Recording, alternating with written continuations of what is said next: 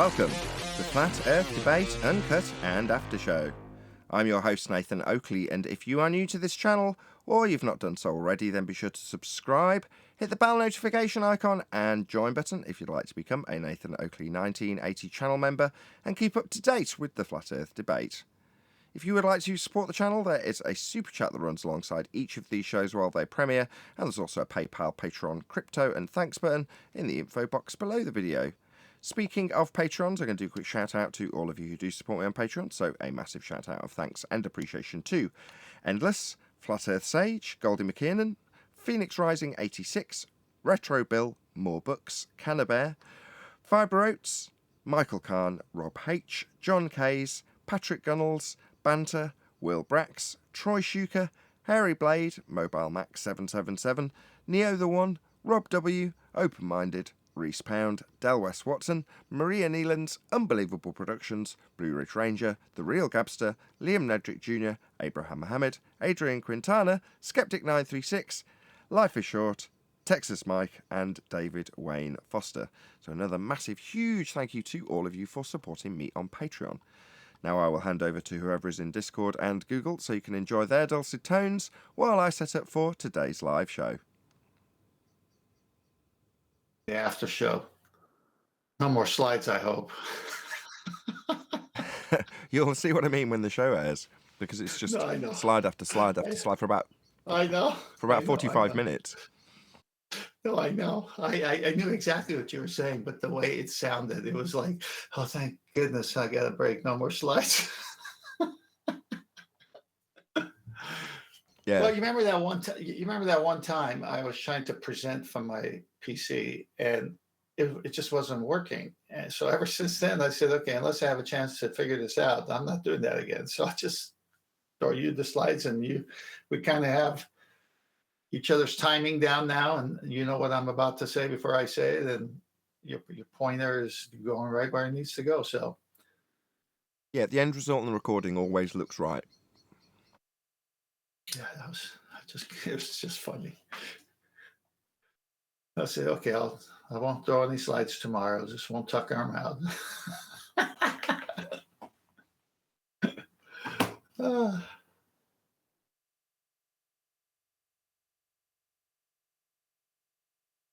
It's a good show yesterday, very good show, especially the live show.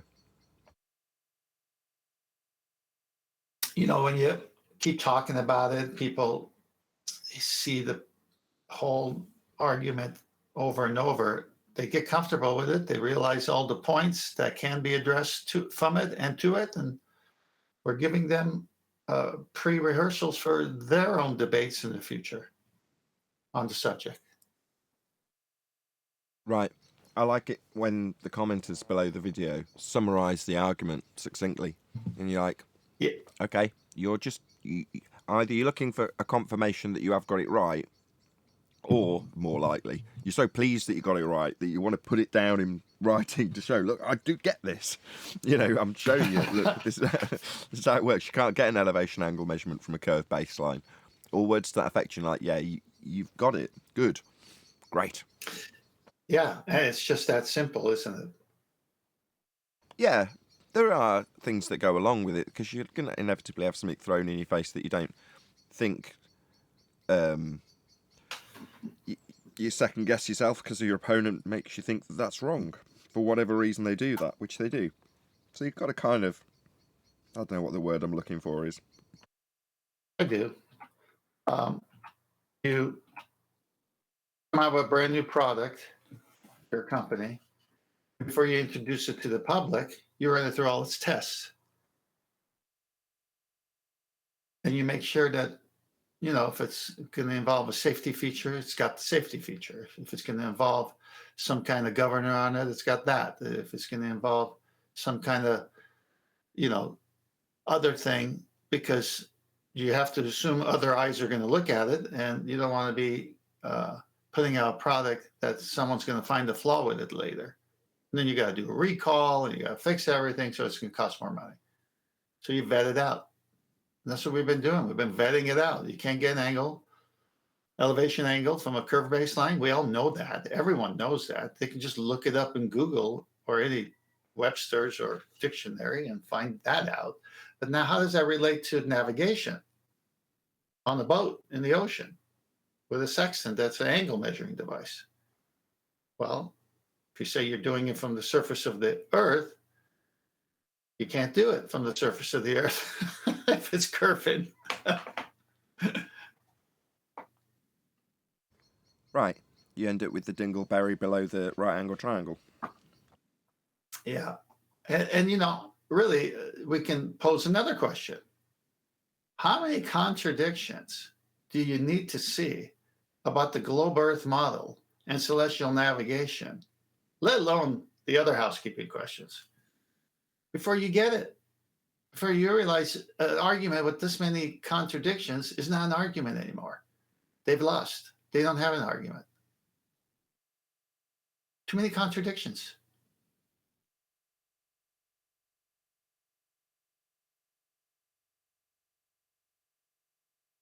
Indeed. I don't know. You don't know what? How many?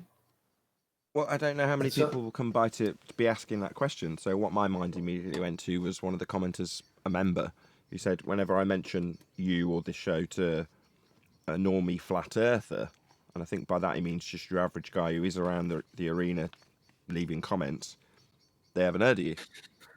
They've heard of Mark Sargent or Bob Nodell. You're like, okay, what can I say? We're on the cutting edge of the arguments, but people haven't heard of us, so what? Well, I'm lost. I'm lost in the context. It has nothing to do with how many contradictions on this argument. That's more of a who knows about the FED debate. That's a different question. Yeah, but when you pose a question like that, my mind immediately goes to who it's being posed to. Do you understand? That's why I connected it together. Who is it being posed to? Well, if I'm saying it to you based on all the shows, us and others, and contribution from Brian and Adam and everybody else, QE, I'm talking about what we've been a party of.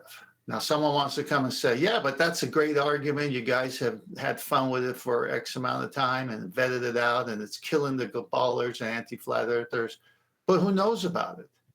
Well, okay, you want to move on to that point now? Or are you just, do you realize, or are you saying, okay, good, the ball is dead. Now let's move on to another question. Okay, I need a transition. I was trying to make it into a segue, but if you want a transition, yes, I mean, obviously, how many more things do you need to prove that the ball's dead? There we go. See, now that is a question I'm not waiting for anyone to ask. That's the question I'm going to pose. How many contradictions on any subject matter do you need to see before you realize whoever is upholding that side of the argument for that subject matter does not have an argument? When do you find those? How many do you need to see before you say enough, you've lost, now you're just scrambling? How many of those do you need to see about this globe model? Let me know the number and let me start.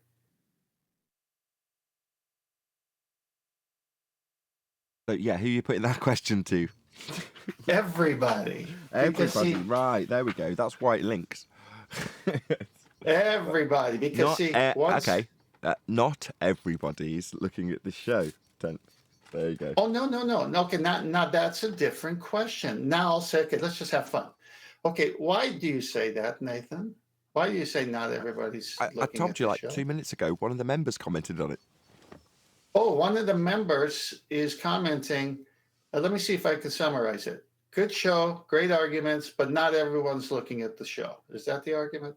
It wasn't an argument, more just a recognition of the lack of recognition that the show gets from one of my members.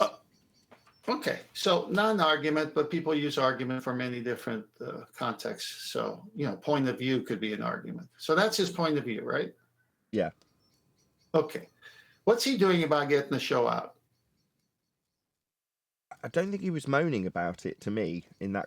You'd have to read the comments. No, you keep changing. I mean, to me, you keep changing. Don't attack my members. I mean, what are you doing? What are you doing for me, member, who's giving me money? No, I'm in favor of getting your show out. I'm on your show. I'm not knocking you either. So yeah, I'm in favor of getting you 100,000 subscribers, and then 1 million, and then 10 million. Yeah, I'm in favor of all that. And I just want to know what he's doing, and if it's working, share it with us. Yeah, I don't. He wasn't. I didn't take any inference from what he was saying that you should be doing more, or I should be doing more, or I could be doing more. I just didn't take it that way. However, that's not how you're moving it on. You're saying, well, because he's obviously the focus in this regard. He's not even got a name mentioned, and probably won't, so it's not taken personally. It just doesn't matter. I mean, people like that exist, and it could be hundreds of them, if not more, that feel the same way. So I want to help give an answer or find an answer from them. Yeah, please share the show is the answer to that, if you want to put it back on him. Exactly. So we go back full circle, so to speak, to what I've been saying, which you have been doing an admirable job in getting the show into a more shareable, to a larger view of audience. This is the key. The younger people is who we got to reach with their parents' permission. Now, if it's just younger people without parents' permission, you probably don't have to change anything. But if it's going to be with their parents' permission, which means we get all the generations, the younger people, the parents, and their parents will all be affected by that one young person who comes over here.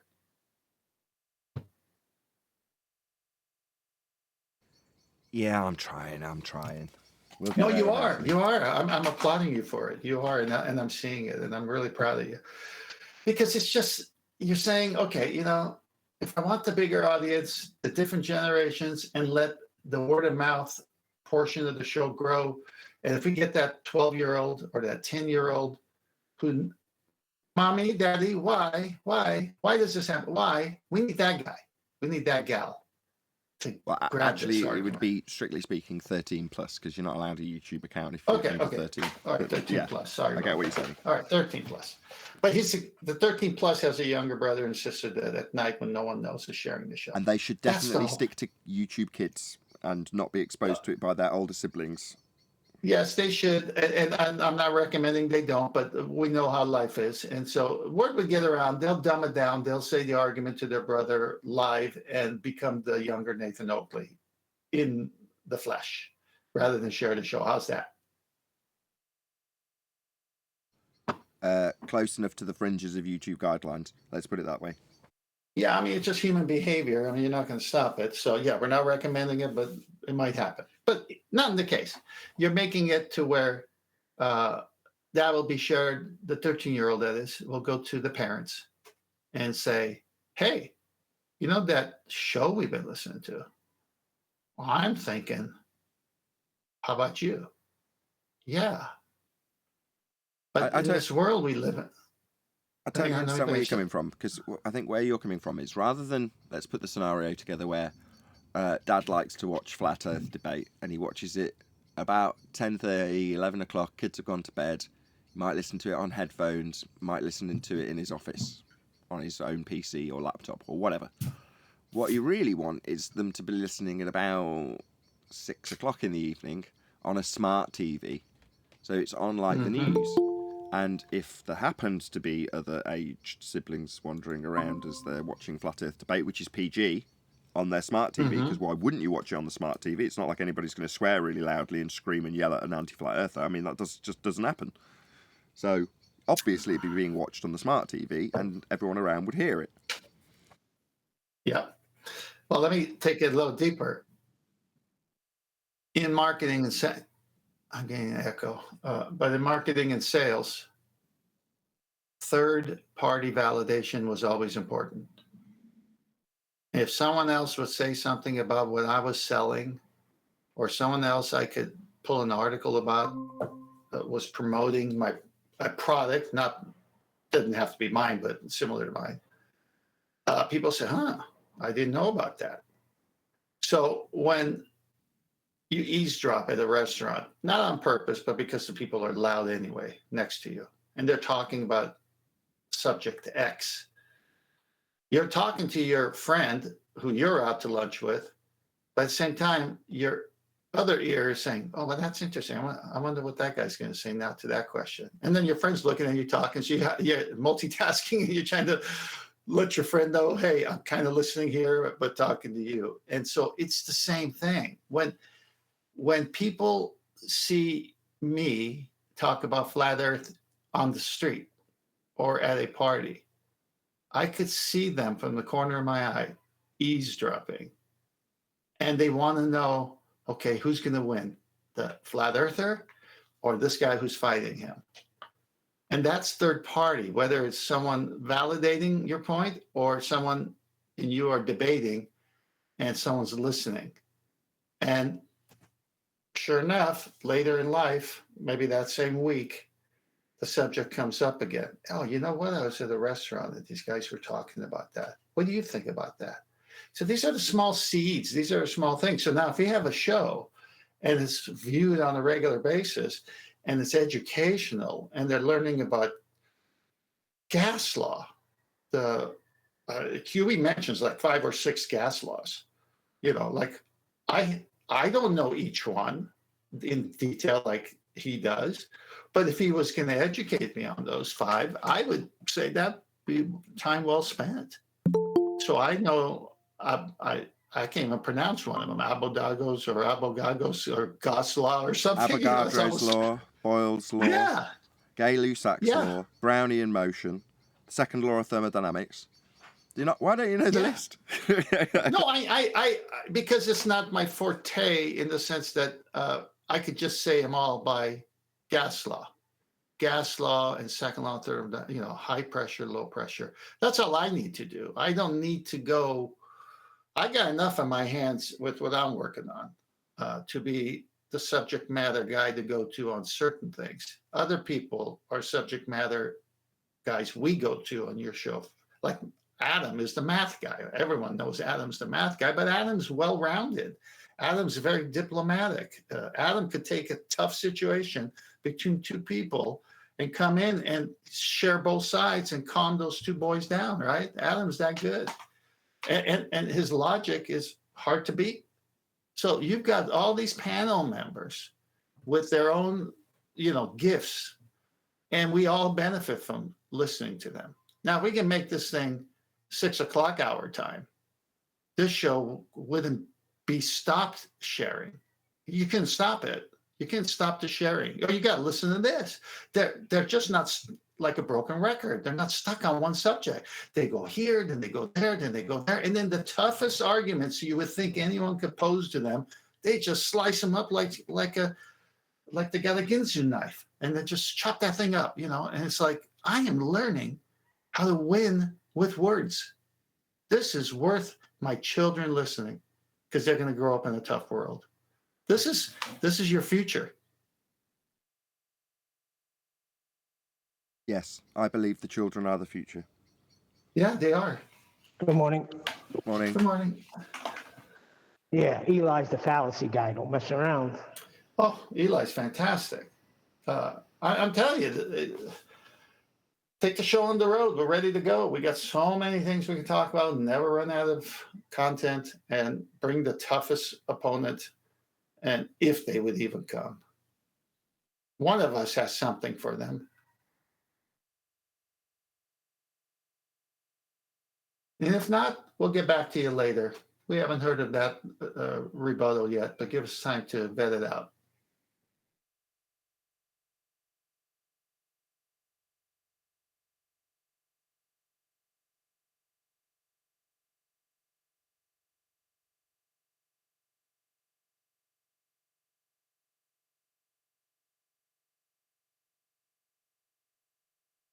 I missed what you was talking about. How'd you get into that discussion?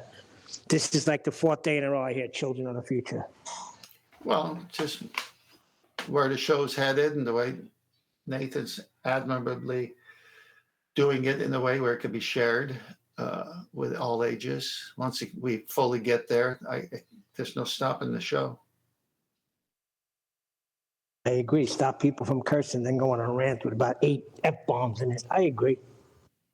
Yeah, because once you show that you can have civil debate without all that fanfare, people are going to learn the technique. They're going to just tune into the show to see how I could win debates on any subject matter, even though the ones we have to do with physics and the world we live in, they can say, "Shit, this is the best schooling I've ever had." Yep. Teach them well and let them lead the way. Here we go. I agree 100%. Got my whole education here. Well, fallacies. I mean, basically, if you can show people how to spot fallacies, they'll say stop. Like Nathan says, stop. You know, that's fallacious arguing. I'll give you another chance, but you can't use that, and here's why. I mean, that's a college education right there, or should be. Well, who declared that some words are bad and some words are good? Let's put it this way: Recognize that voice. the parents do, and it's not every parent will agree with the other parent. So you find a happy medium, and so you have a rating system, and that's why parents don't allow their kids to go to XXX movies or whatever the case. So what's your point? But that's just it. The parents have been conditioned to accept that, you know, oh, this word's a bad word and that word's not a bad word. Okay, Whatever so you want say to the parents. you Okay, go ahead. Yeah, I obviously wasn't done. Go ahead. well again it's a non sequitur because that's not the argument we're having. Now you're changing the subject matter to parents asked a rather than question. what we were talking. Yeah, and I'm telling you, if you listen. Yeah, I am listening. You're the one that interrupted me first whenever I I was in the middle of interrupted you because you're But yeah, whenever arguing I do it to you, it's fallaciously. just blasphemous, I guess. It's cool. You're falling Weird. into the very point I'm making. You're arguing fallaciously. You changed the subject matter into something else, and it wasn't what we're talking Neil about. said So it was now actually you're a arguing question. It was fallaciously. actually a question to Neil since he's the one that brought it up. I don't know why you decided to try to white knight for him, but it I'm was actually telling you Neil why that I'm brought doing it it. up. I'm telling you why I'm doing it. I'm stopping you cold on your tracks because you changed the Wow, subject matter. you're So cool. get back on the You know, subject you matter. gave me some weird fucking reason about, oh, because the parents decide. Some parents decide that this word's a bad word and that word's a good word. And then That's you went right. on to say that although not all parents will agree that this one word is a bad word, you have to find a happy medium. And then I went on to No, say that the only reason why the parents assume, now let me finish, this is my point that you fucking interrupted. The only reason why the parents assume that some words are bad and declare that some words are bad is because they've been conditioned and programmed the same way growing up. And my original question was, who originally decided that some words are bad and some words are good? Originally. So you the happy parents are now? not the original people that decided some words are bad because they was Yeah, taught you happy now? that You some words happy are now bad. that you got your fallacious argument out No. after I stopped you? Yeah, oh yeah. And when all else brought that fails up in your weeks fucking ago. argument, Slaughter, just say it's fallacious without giving the type of fallacy or anything. Hell yeah. Calm down. Excellent Calm panel down, you man. have, Nathan Oakley. Calm down. Excellent panel. Okay, calm down. Calm down. Calm down. Man, you're Well, losing it maybe already. I wouldn't be this irate if you didn't talk stupid. Maybe you shouldn't change the subject matter to something I didn't that is change the subject. Neil brought it now up. who's It was a interrupting question to now? Neil. You tried Now to who's white knight for the interrupting? fucktard. No, And now you are just Look saying, what he oh, it's does. fallacious. You're just being Look what fallacious he does. whenever you have Look what he nothing, does. man. Your Look what you do. narcissistic, fucking egotistical bullshit's got to Why are go, you dude. cursing so much? No, let him. He's doing what exactly I'm saying. He's a perfect example. You call He's a it perfect Seems fallacious like, without you, even seems like you're giving the only one troubled about the language.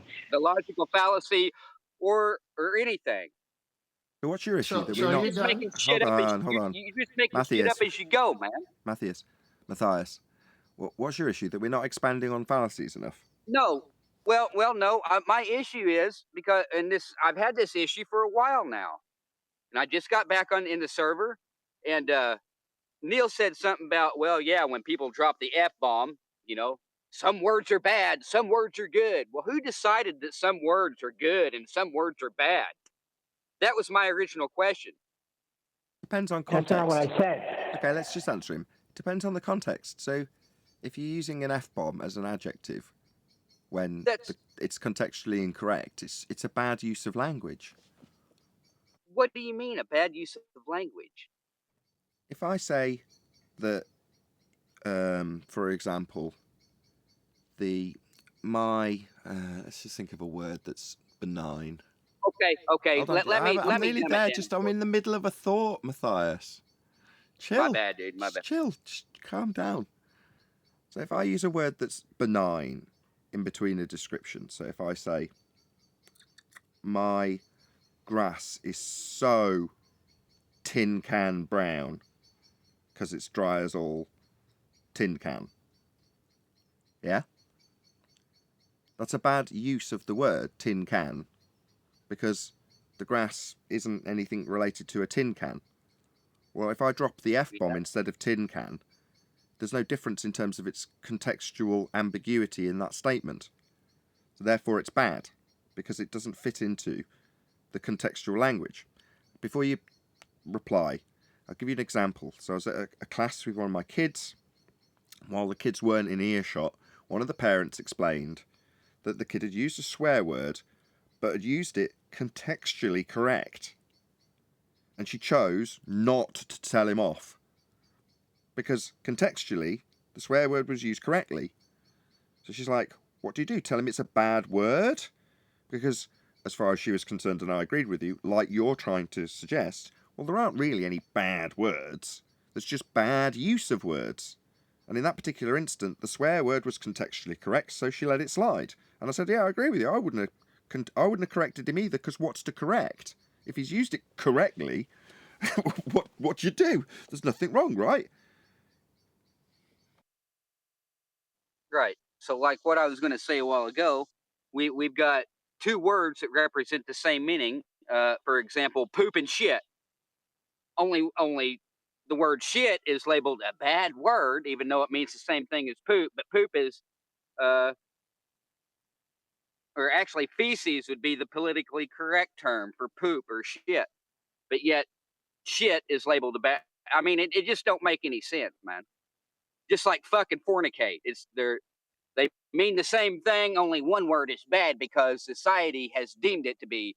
And then that's my question. Well, why has society deemed some words to be bad?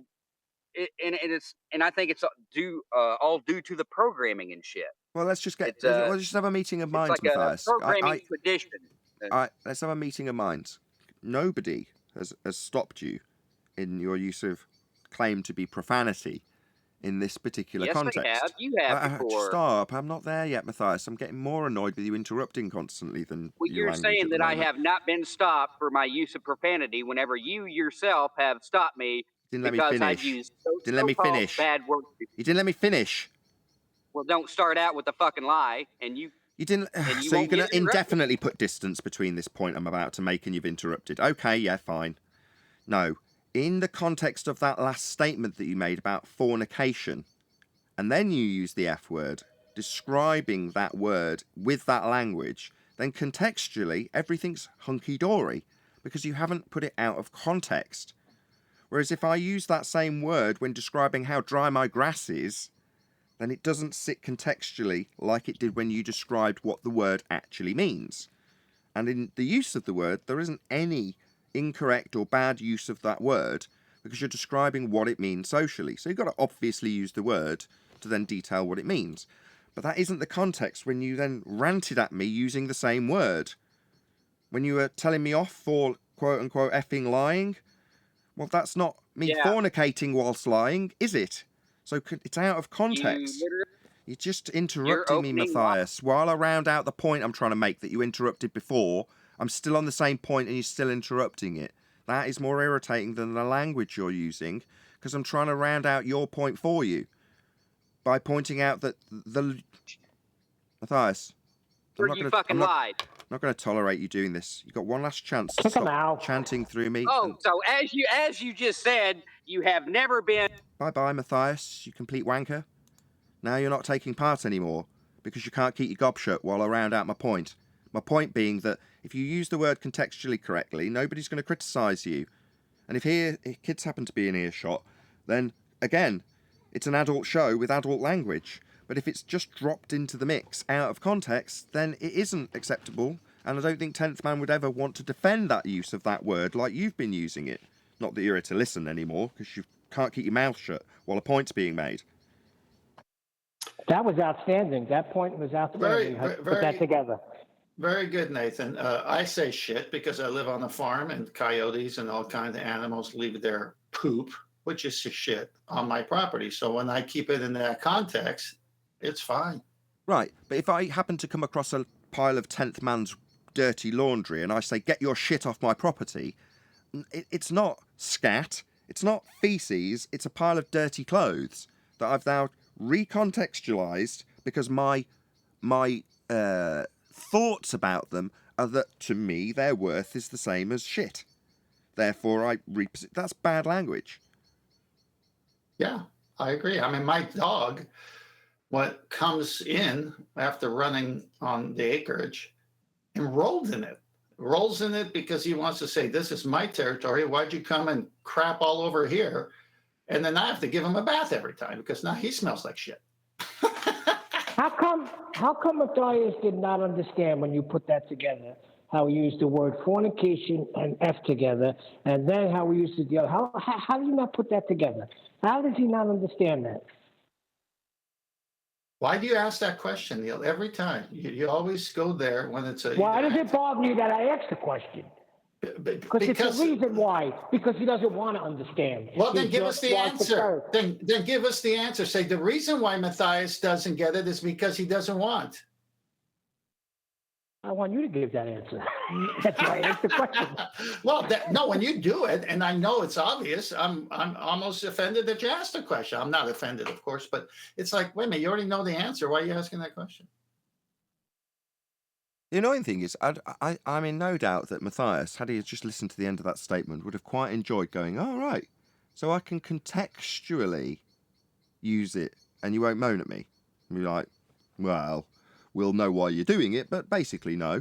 And he'd have got away with quite an interesting conversation where he's trying to slip in as many words as he can contextually correctly, just because it satisfies his urges. That would have been amusing, but instead of that, he just wants to call me a liar because he hasn't heard the full statement, which is to say, in your particular statement most recently. It's like, you've got to give him 50 disclaimers before he's like, no, you're overgeneralising everything I do and I have been shut down for swearing. It's like, no, but in the most recent statement, you wouldn't have been by anybody because it was contextually correct. What would you expect from a guy who's been shut down for swearing? He's finally back on the show and the subject is swearing and he gets shut down again. But I mean, this has to do with him wanting to be a rebel and have no parameters put on his behavior of language because the way he sees it, it's a contradiction because who conditioned the parents to tell you that the word I'm using is bad? He's talking about where it all started from. We're not even there yet. We're trying to say contextually, you can't use it about mowing your lawn or my laundry. However, he's still fighting. There is an alternative. I asked that question weeks ago. Just one sec. The alternative is the discussion wasn't contextualised around whether or not language is bad or good. The context was ratings. I mean, it was even discussed at some point. I'm sure of it, unless I imagined it. You compared it to ratings. Did I imagine that? I did. Yeah, you did. I did. Right. So the context is, how do you keep the show PG? Well, what's PG? Parental guidance. That's what it means in a certification standard. Well, we're just looking at it in that scope because PG content is allowed to be played in the presence of children. Not for children, not for them to find and discover, but it may very well be played in their presence, providing the parents have presumably vetted it first and gone, no, this is okay to play while they're knocking around playing with their He-Men, or whatever it is kids play with these days. I don't know. But you know what I'm getting at. That's the context of the discussion. He's changed it to, why does that make language bad? It's like, no, it's not really discussion, but we'll entertain it. And then he just gets annoyed with this. Oh, God. When my friend says his car is effed up, I know what he's saying. He's saying he can't get it started, something's wrong with the engine, etc. If I hang up the phone and my wife, and say I had small children still, what was that all about? I said, oh, that was Joey saying his car's messed up. I immediately changed effed up to messed up. Because I know who's in the room and I know what Joey was trying to say. He's just upset. So he used a word that also means fornicate. So if I say someone fornicated with his car engine and it's not working, that just doesn't make any sense. I don't know. In certain contexts, it does. Well, again, what I'm trying to say, in reality, that would be a strange sight. No, in reality, in certain places, that does make contextual sense, but we won't get into that. Okay, well, thank you very much. Thank you. We're not going to get kinky, I hope. Yeah, I mean, look, that word could mean many things. People say, I'm effing happy. Okay, so they spell it E-F-F-I-N-G instead of the F way. So, okay, now what are they saying? They're saying that word can mean whatever the context and notation of my words coming. If I say with a smile, I'm effing happy with the E-F-F-I-N-G, or I am effing upset my car doesn't start and he's got a growl on his face. Okay, well, what if words have meanings? How can this word have every meaning?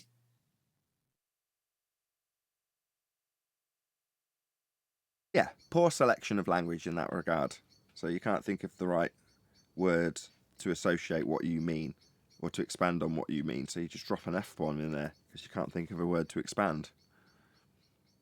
When I was a kid and we went surfing, we always used that word. We said, I'm having an effing good time. I mean, we used it for everything. We ate Taco Bell tacos and used it for how good it tastes as a kid, just to have a little bit of, acting like an adult when you rode your bike to the Taco Bell and bought your own tacos and you're sitting there and you're seeing two adults sit there and saying, hey, we're doing the same thing those guys are doing, but we got bikes and they got cars. I mean, we're on our way to being men. Yeah, I know the word. I've used it more than this guy in my life. I'm 63. What? There's. You want to show the girl? That was the subject.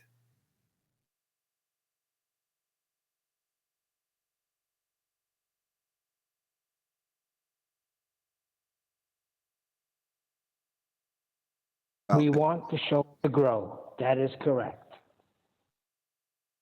I know how to make the show grow. I'm a farmer. I know how things grow.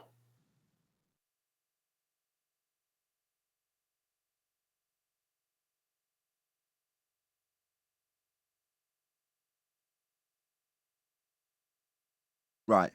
However, the disappointment was what I was trying to express when I detailed the particular member's comment. Yeah, but there's something behind that. I'm not poo-pooing, should I say, in the right context, his comment. That was funny. I could have said it the other way. But no, it's a desire for anyone who's a fan of the show, all your panel members. Like, I could go do my own YouTube channel. It takes more time. I got to grow an audience. I don't have a problem. I'm patient. I could do it. But I find camaraderie here. I find good friendships here. I find minds that are greater than mine here. And I could put out a piece of meat for cooking for a meal, and I may have 12 to 20 recipes of how to cook that meat. But when I throw it out on your show, I hear the other 300 ways that I never knew about of how to cook that meat. That's your show. That's worth sharing.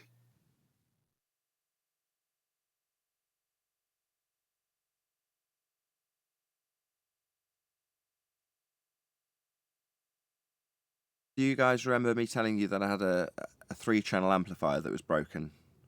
I think so.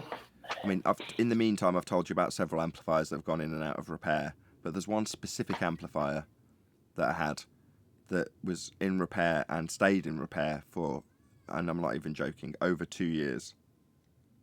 I've just got it back unrepaired. So I've now got to sell it. God. Oh my it's not gosh. fixed. It's just turned up. What did he do? Just put it on the shelf, or did he actually try to fix it? He tried to fix it. He ordered in parts. He couldn't get a schematic to figure out how to fix it, but did try and attempt to fix it anyway for a very, very long time. Then he kind of gave up on it. Then I started chasing him again to try and fix it again. Then his wife got cancer and went into hospital, and that's the current situation. His wife's got cancer and she's getting chemotherapy. So he's essentially not been able to continue trying when he had kind of given up anyway. So I've now had to pester him to send it back. I'm like, if you've given up on it, just give it back. I'll sell it as spares or repair, however they term it on eBay. I've still got to contact him to find out what the hell is actually wrong with it so I can put it in the description. But that's another issue. I might end up chasing him for that. I just don't want to necessarily plug it in and test it myself, because I don't know if he's just literally just thrown the bits back in the box and put the screws back in. For all I know, that might be the case. In which case, obviously, I don't want to plug it in. Yeah. No, I understand. I remember you said you went and bought the cheaper, newer amplifiers, and the technology had changed so much while you were waiting for this one to work. Yeah, the technology that I've got in the newer amp is actually worse technology, if you want to boil it down to how good the amp is. But the worst technology has been refined so much that the performance was identical. I checked. I couldn't discern any difference in actual performance. At which point I'm like, oh, okay. Well, that kind of shattered my illusions. That said, that amp's probably 15 years old now. Maybe it's not that old. Maybe it's 10 years old. But far more advanced technology to achieve the same outcome. But at that point, who cares? You know, if you've got a really basic modern electric car that can outrun a really complicated 3-valve per cylinder V12 or something, you know, so what? The electric car's faster. Does it matter that it's more basic or more refined or less complex or whatever? Who cares? The outcome is all that really matters, isn't it? You know, when I was in the stereo business in the 70s, I went to a local stereo shop, got a job there as a salesman. And Sansui, Marantz, all these big, Hitachi even, big amplifiers started coming out. And the ratings, the charge, the schematics, you know, all the things were there. It was like, how big can you make it? How powerful can they be? And I look at today, and those were wondrous times back then, but no longer are here today. But no, well, that's the same technology. The 70s technology, once you move from valves to transistors, is exactly the same technology as they still use to this day. The only difference is either digital circuits or digital power supplies, switch mode. That's it. Well, other than that, it's identical. Yeah, I'm not taking away from that. The advancement doesn't go back to radio tubes and all that kind of, or vacuum tubes and so forth. I mean, I had those too, but then you came with these TVs with surround sound, right? I mean, everything started to change to fit what they were selling you, because, hey, if you got this TV, you want surround sound. You need a separate subwoofer over here, blah, blah, blah. So everything started to change when it was just very simple. It was just stereo, playing your records, playing your cassette tapes and 8-track or whatever else you had. And it was just music. It wasn't anything else.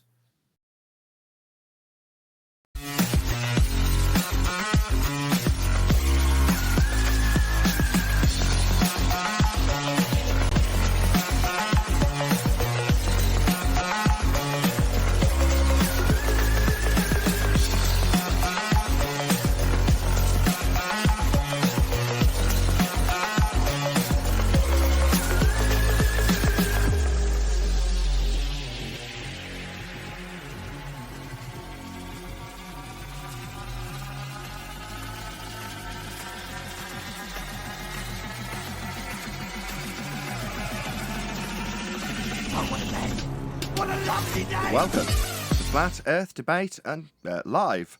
I'm your host, Nathan Oakley, and if you are new to this channel, or you've not done so already, then be sure to subscribe, hit the bell notification icon and join button if you'd like to become a Nathan Oakley 1980 channel member and keep up to date with the Flat Earth Debate.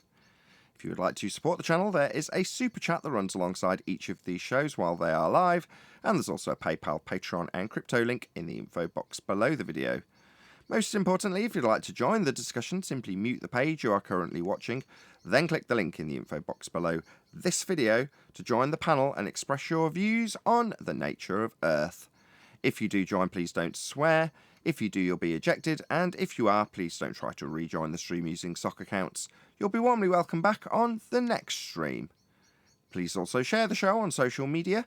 Sharing the show obviously increases the live audience, but this in turn increases the chances of a more diverse panel, so please share the show on Facebook and Twitter. Now we are joined by 10th Man, Arwin, Eli, Neil, and a whole bunch of people in Discord, so welcome one and all. Hello. Good afternoon. Good morning. Hey, good morning. Good morning, good to have you all. Any evidence of a physical geometric sphere edge, formerly known as Earth curve? That's why it's got formally known, because there is no evidence, just been a thought experiment pushed on society. If it was formerly known as Earth curve, what is it? What is its current name? It doesn't go by any name now. It's nobody claims we have the horizon as Earth curve, or nobody claims we can see the geometric horizon, or the geometric horizon only exists in the maths. So the geometric horizon, that's Earth curve, and we're being told how we don't see it by our opponents.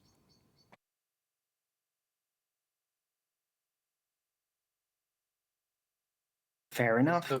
Kind of like gravity is a force but not a force, and geometric horizon is the leading edge, but it's not, because you can never see it. But we know it has to be there because we presume we live on a ball before we prove we do, which you would need to see it in order to say we do, but you can't see it, but still want to hold on to the premise that you live on the ball with a radius that would give you a limitation to where that would be, but then the limitation's not there. So, but forget all that. Let's just believe we live on a ball.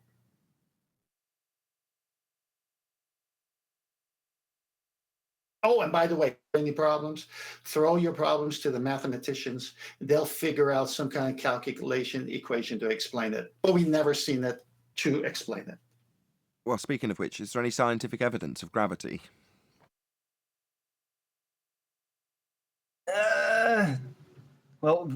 That depends on what you consider as scientific evidence. I mean, if you're okay with presupposition-based scientific evidence, then yeah. No such thing. Then no. So, any scientific evidence of gravity? Well, it only exists within the model because it has to, otherwise the model wouldn't work. And then even with it, it doesn't really work, and that's why they came up with dark matter and dark energy. Because they had to, because otherwise it didn't work. In the model. I'm asking for scientific Yes. evidence, that's physics. In the physical and natural world, is there any natural phenomena with the presumed, then validated by experiment, cause of the effect? That's what I'm asking for. Not in the model in the maths. And not it not working in the model and in the maths either. Definitely not. Do we have any physical evidence that can be demonstrated by way of a cause and effect relationship validated with experiment? That's science for gravity. Well, the problem is there isn't any claimed effect, really. Yeah, they claim that the uneven distribution of mass, that's their claim cause, affects, warps, bends the fourth dimensional space-time in Einstein's maths. That's a cause and effect relationship in mathematics. I'm asking if there's any physical reality to it by showing a cause and effect relationship that's validated by somebody actually physically manipulating a presumed cause. The uneven distribution of mass, is that something that somebody's varied to cause the bending of space-time? Of course not. It's a conceptual medium that's being bent in that description. So you're not going to bend it. You can't see it bend. It doesn't bend. It doesn't exist. So how are you going to vary something to cause it bending when it doesn't bend, it doesn't exist? It's a conceptual medium. The answer is you don't. Right, so there isn't actually an effect.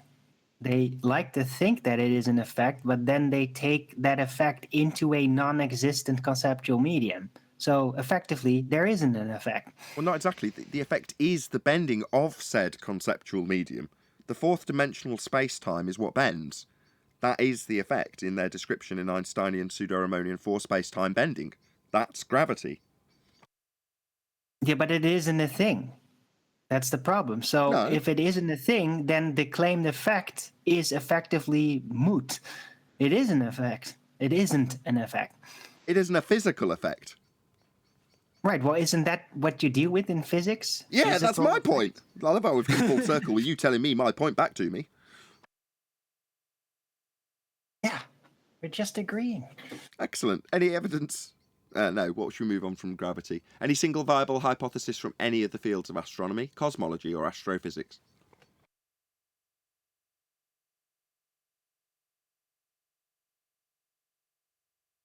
Not within their field.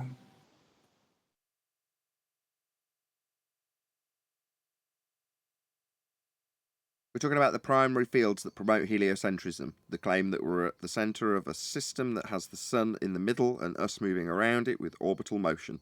You're telling me there's no viable hypotheses from any of these fields? I think that it's even as bad as that if somebody would actually try to start claiming a viable hypothesis and actually trying to very manipulate anything about these celestial lights, and thus going outside of their model, which is the only viable recourse if you would want to do that, that they'd probably get ostracized immediately, just kicked out of their fields. But that's what we're asking for. Again, same answer to the last reply you gave. It's not regards to what happens within their heliocentric model. It's in regards to an actual hypothesis. That's an IV-DV relationship. DV being something you observe in nature. I'd like to comment on this. This is Go why. ahead. Yeah, this is why when we hear, and you've used this analogy before when they're trying to sell car tires and they use the word science, and we hear it tied to a lot of things, especially products for consumers to buy. We've scienced the blank out of this, or we've scienced this, or the science backs it up. Okay, now what science means in that context is not an IV-DV relationship. It could just mean in the category of science. I think Adam once explained that it's more of a title at universities for classes to take. Of how did he put it? I thought it was a pretty good explanation from Adam. Was orderly relationships to things of a certain subject matter you're studying in university. Like you put it in order and then you talk about it. So you give it some kind of, backing. Oh, in But they use the word. in an etymological context, you're saying that the science of tapestry can be given a context that is correct if your journal is the very specific and detailed description of what is tapestry, then that journal would be called the science of tapestry if it was all encompassing, as far as it can be. Yes. Yeah, Well I know said. what you're talking about now. Yeah, in that context, you can describe that journal as the science of something that isn't necessarily a cause and effect relationship. But we're talking about flat Earth debate, i.e. the nature of our physical reality as it presents itself to us. So that is most definitely automatically pigeonholing what type of science we are detailing. That's physics, the study of the physical and natural world. So natural science is what we're dealing with when we talk about science. And natural science is the science with the scientific method, the empirical method of establishing cause and effect. That's what science is. Now, if you want to recontextualize it to a journal describing tapestry, then fair enough. If you want to describe it colloquially, well, what do you mean? There is no colloquial science. If you look up the definition of pseudoscience, it's a claim of science where there's been no application of the scientific method. Therefore, unless you're working within that journal, then your claim of science would be deemed pseudoscience unless it's been gone through the method, been put through the method. Well, that's when it becomes egregious, offensive, and wrong to use that word in the cause and effect situation on all other situations, because that's what we're in the debate about. Well, show us the science behind it. Well, now they're showing us a journal of tapestry. No. I want cause and effect. Where's your hypothesis? Where's the manipulation of the IV? What was the phenomenon? What did you see to even? What was the DV? And then tell me about the control variables that you used so that each time you did it was the same for each test, rigorous testing. And how many times did you do it? And did you bring others to do it? Or is it just you using the word like we just described for tapestry? And you're trying to say the Earth is a ball.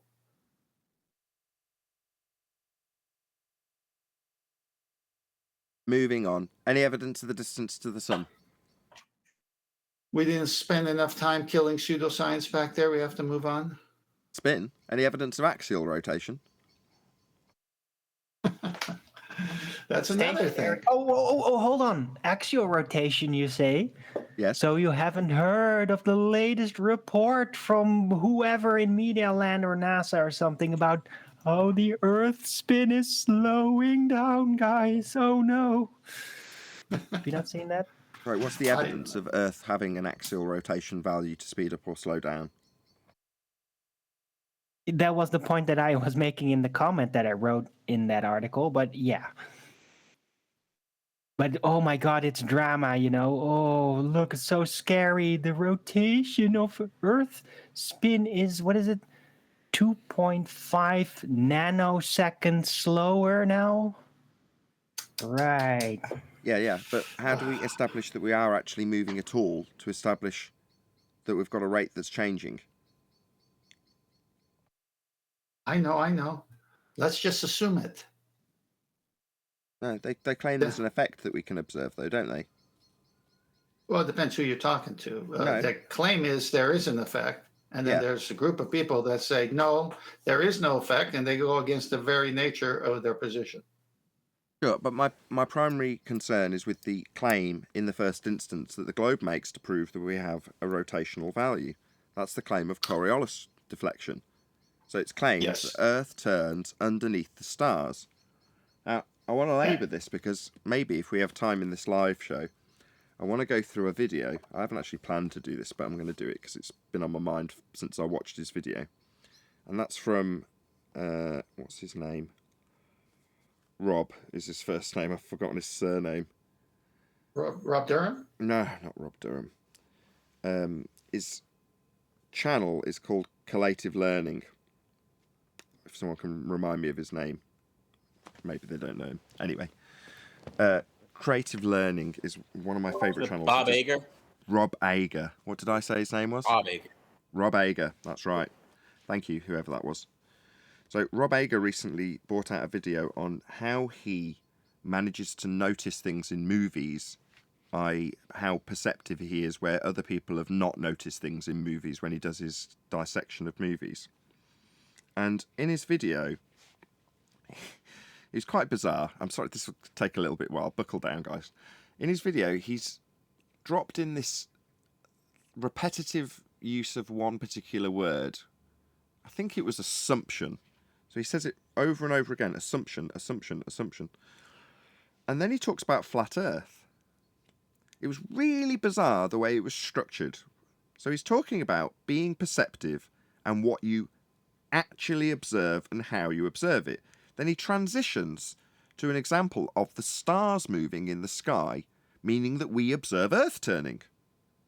Now, even in the way he phrased it made me think, this is a very clumsy way of describing seeing something that you don't see, isn't it? Because you're describing seeing the stars move, and then immediately inferring that that means Earth moves because of that observation. And then not exactly knocking flat earthers, but saying back in history we believe the Earth is flat, and now as a result of us observing the stars moving, we know better, Earth's moving. That was how he kind of phrased it. But like I say, after dropping in a less than subtle repetition of this word, assumption. So maybe I won't discuss it. Maybe I'll let you guys actually watch his 10-minute, maybe 15-minute piece before I get you to pass judgment on what I've just said. Because I suspect there's more to what he's saying than meets the eye. I might be wrong. He might just be using a really crap example of observing something you literally don't observe, which is Earth turning on its axis. You're never out in space. You never see Earth turning. You only see what he described, which is the stars moving. You don't see any other Coriolis deflection effects. None are in existence. The ones they claim are taking place in a matter of seconds, like balls going through goalposts. That's claimed to be as a result of Earth turning underneath the ball after it leaves the field.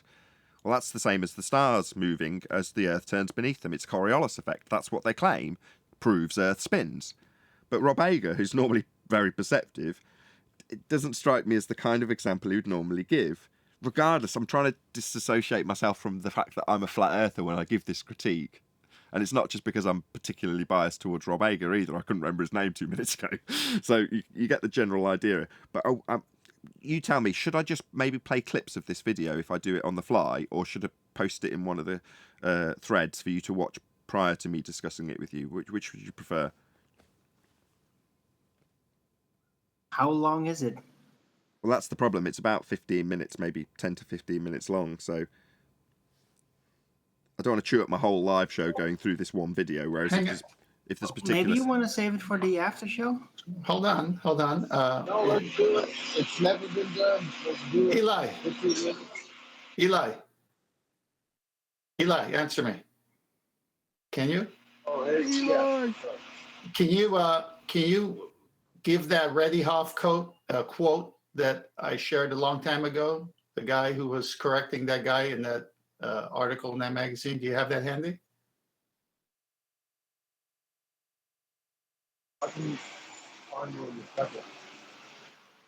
We can't hear you, Eli. Your line's absolutely atrocious.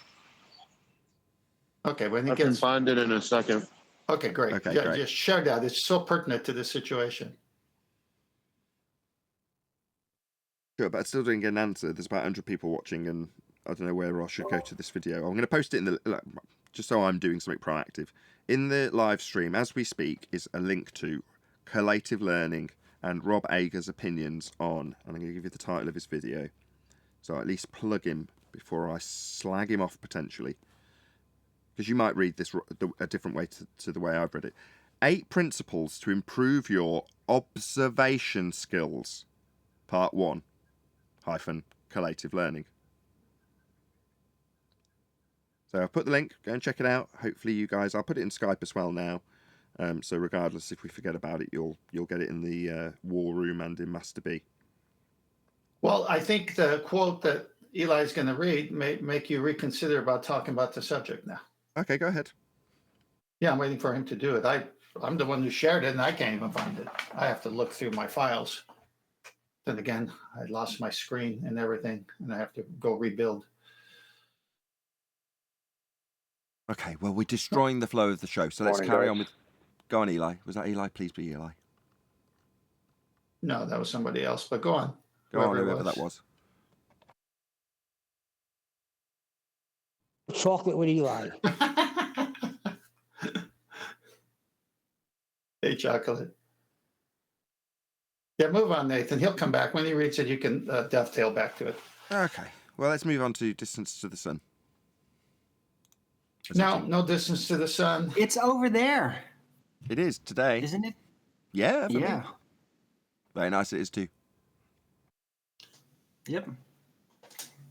Well, I like your analogy of doing a vertical angle with a lighthouse, say from sea level to the top of the lighthouse. But then someone puts you on a 40-foot crane and says, okay, now do it from here. And of course, the vertical will be shorter because you're higher up.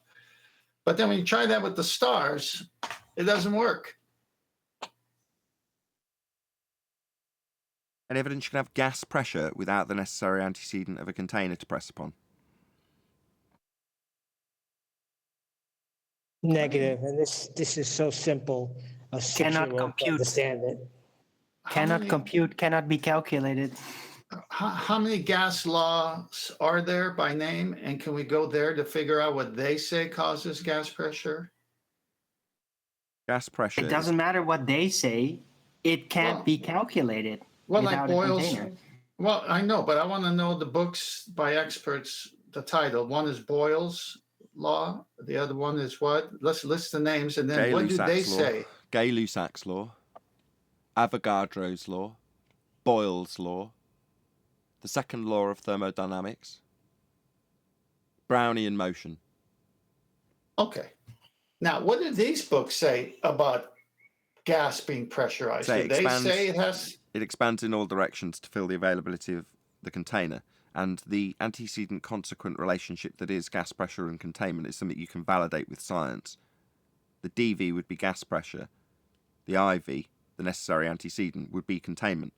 By definition, gas pressure is the force exerted on the walls of its containment. I rest my case.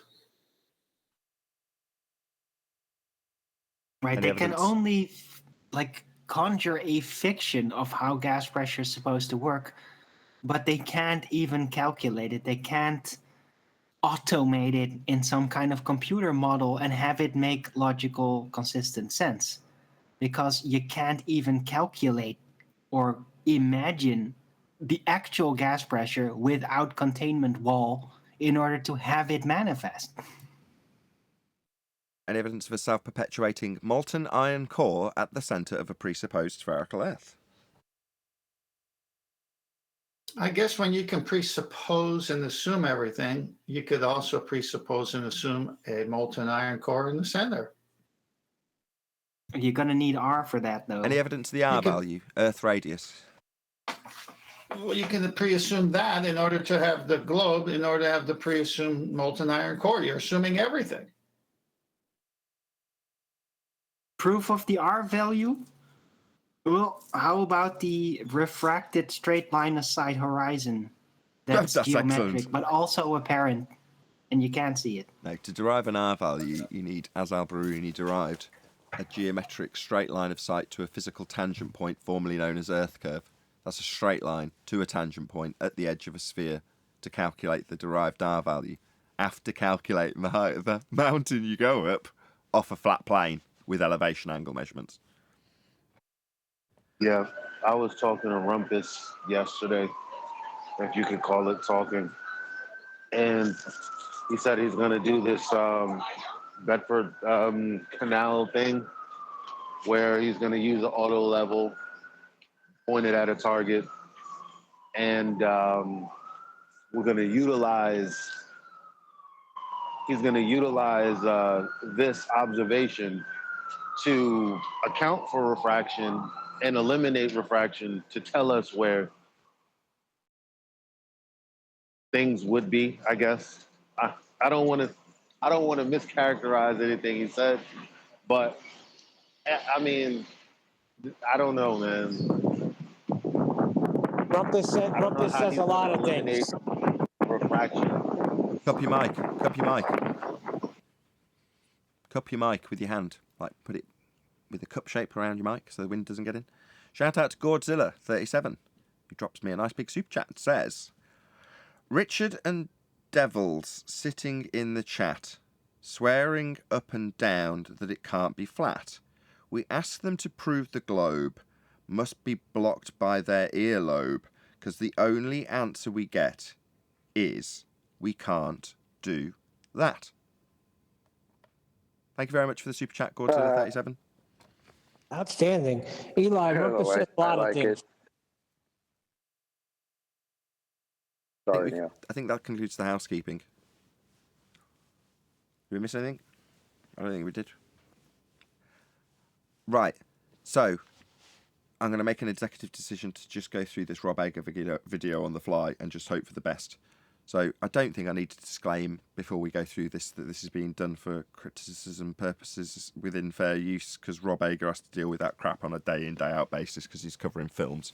So we are definitely not just playing this video out. We're going to be critiquing what he says. And we've got a reasonable chunk, half of the live show, to do it in. So hope you're all down for this. Is everyone down for this? Please be enthusiastic. Yeah, but can I see if Eli could either post that article now or after you're done? What's position is he in finding that? I'm really just excited about this video. I mean, that's what I want to focus on. Me too. Psyched. Do it live. Okay. I don't know if Eli will come back to us. He's on the main panel, so he's easily going to be able to speak up when he can, and he does, and we will.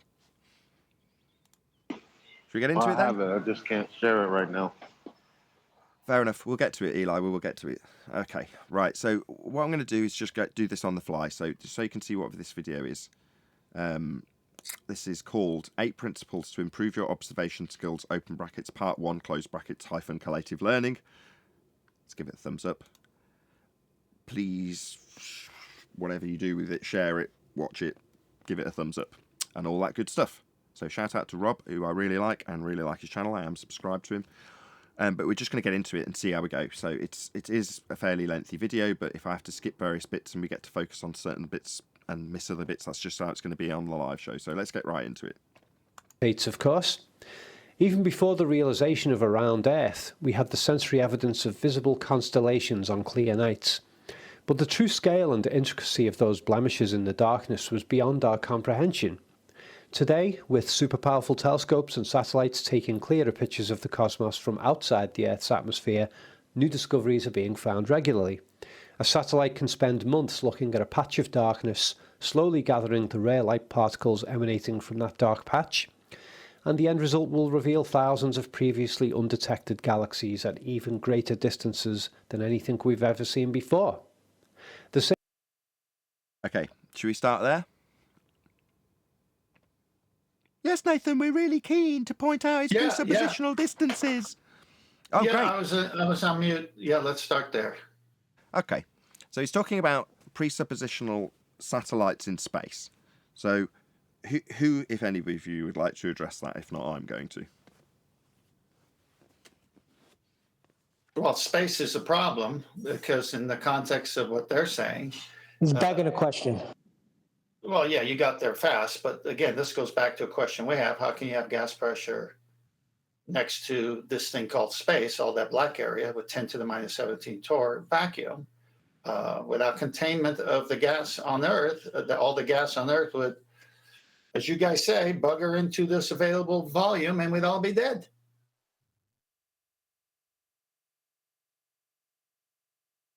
So the presuppositional region that the satellites are claimed to be in is fake. If you assume that the sky is a vacuum with orbital motion also assumed, then you've got photos coming from a fake region. Further to that, the distances that are claimed when they say that they've focused their satellites on a particular area of the black sky at night and seen vastly further distances, that's an assumption based on an R value. And that R value has been derived by the elevation angle measurements to Polaris to require an exponential increase in the distances to the lights. Now, as we asked in the housekeeping question for the distance to the sun, the only presumed distances ascribed to these lights in the sky is done by way of a Christian Huygens assumption that Venus has the same value with an assumed R, that would be a spherical value, as Earth when assumed to be a sphere. Venus being commonly known as Earth's twin, specifically because it was assumed to be so by Christian Huygens to give him scaling values by way of Kepler's third law of interplanetary motion, which doesn't give you any distances, only scales, until you insert a value, which we don't have until we make an assumption. In this case, two assumptions, one being that Earth is a sphere with a radius of 3959, and Venus is a sphere in orbital motion, along with Earth, with a radius also of 3959. Then you can scale it to give you distances to these presumed to be far away lights in the sky. Now, we make no such assumptions, so therefore James Webb or whoever it is that's pointing lights into the sky are just taking pictures of lights in the sky.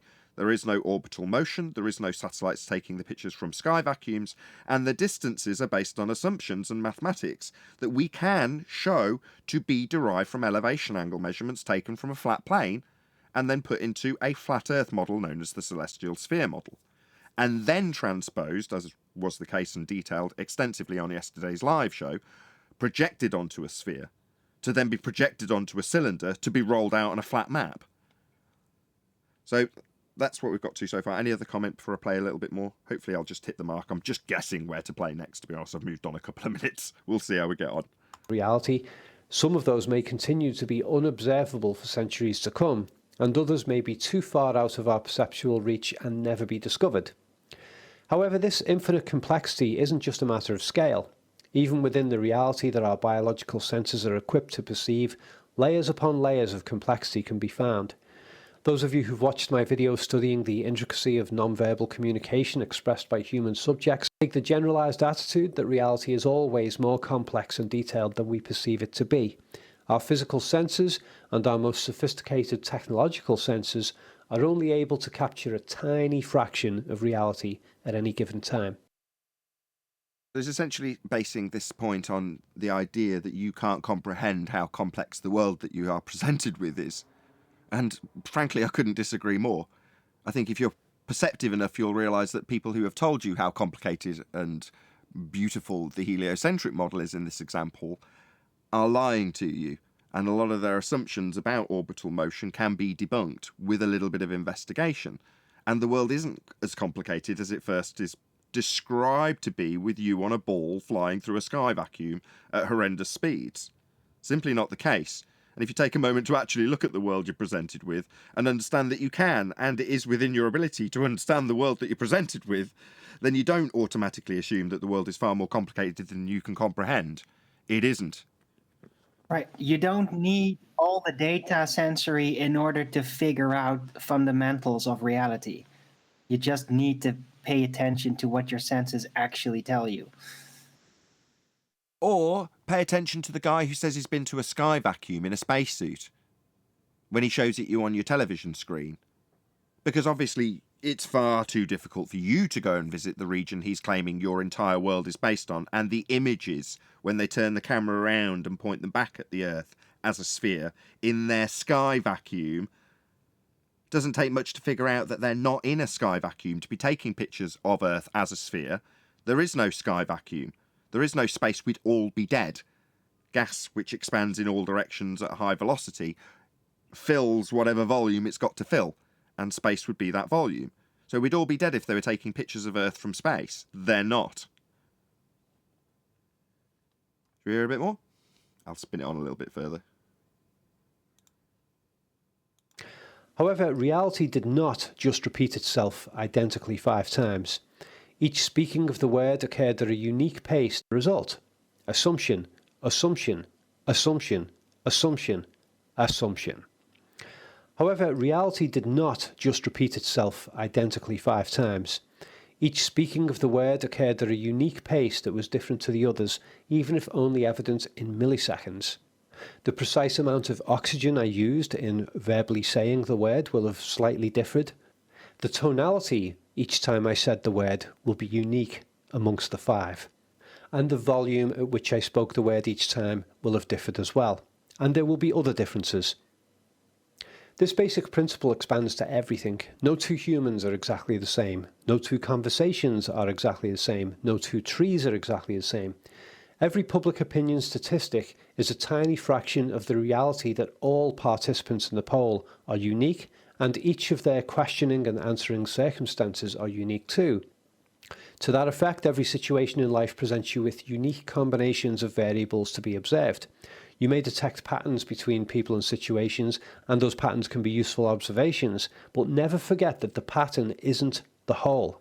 There are always variables. There is always a uniqueness to every single experience that you ever have. I don't know if that's going to yield any comment from us in that regard. What I played it for and was hoping to catch was his use of that word and his repetition of it in this particular piece. Any comments? If not, we'll move on a little bit. No.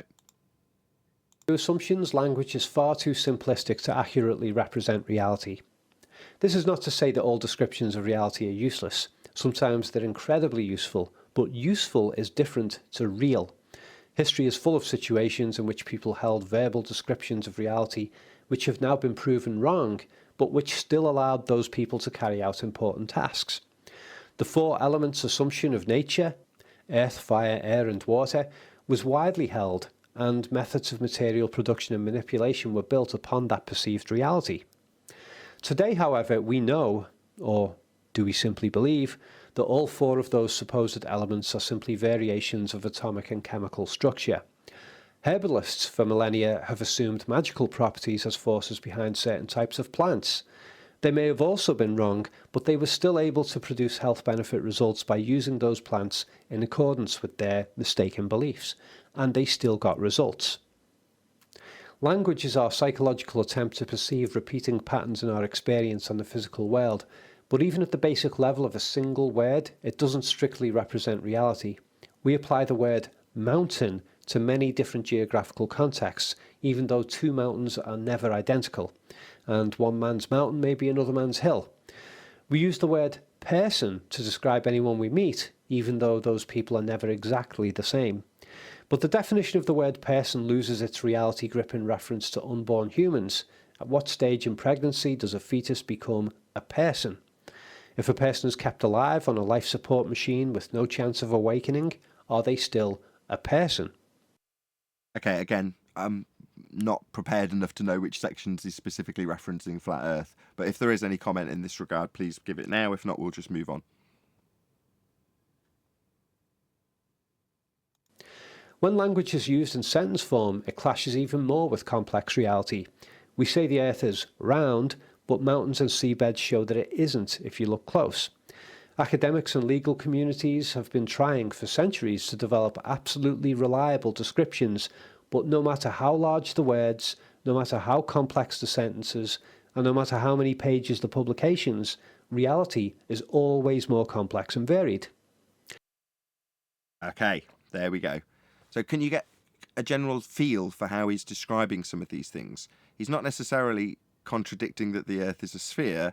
He's saying it's described as being round and then using an anti-flat Earth argument against that notion. So putting the counter-argument we hear about mountains, how can it be flat, to the globe. So there's a weird juxtaposition between his counter-argument to the globe position when he describes it as round, after repeating the word assumption multiple times. So can you see why, at this stage, see this as being multi-layered in terms of how he's presenting this information thus far? Absolutely. I mean, that's a good find and good critiquing of it. Any other comments? If not, we'll spin on. It's interesting, at least. Well, the word assumption, the word descriptive, the way he used it, he could almost be us. Are you saying that it's contradictory to claim that it's round when there's hills and mountains and valleys? No, he's postulated that the description of a philosopher saying the Earth is round, or whoever he contextualized it with, isn't correct because there's mountains and valleys. So you can't just describe it as being round. He's contrasting the globe Earth position with what we typically hear as an anti-flat Earth position. Now, this just could be a pure coincidence, but when I heard it, my ears pricked up and I thought, I've got to talk about this on the show. Well, you have said in the past that flat Earth is really not the best title, but it is what everyone is understanding because the Earth is an irregular plane. So it's not a flat Earth when we all agree it's an irregular plane with valleys and mountains and so forth. Sure. Should we hear a bit more? Hopefully I'll, hit on bits again that are relevant. And so the keen observer of the world should maintain awareness of this principle that language is never a completely accurate representation of reality. In doing so, you free yourself of the perceptual shackles of oversimplified, word-based assessments. Ingredient number 4 for an observational attitude is the multiple explanations assumption. Extending from the acknowledgement that language is not reality, multiple useful descriptions can be created for any particular thing or situation. If you read the article version of this presentation, is the text being displayed on a screen, an electronic device, or a pixelated surface? All of complexity.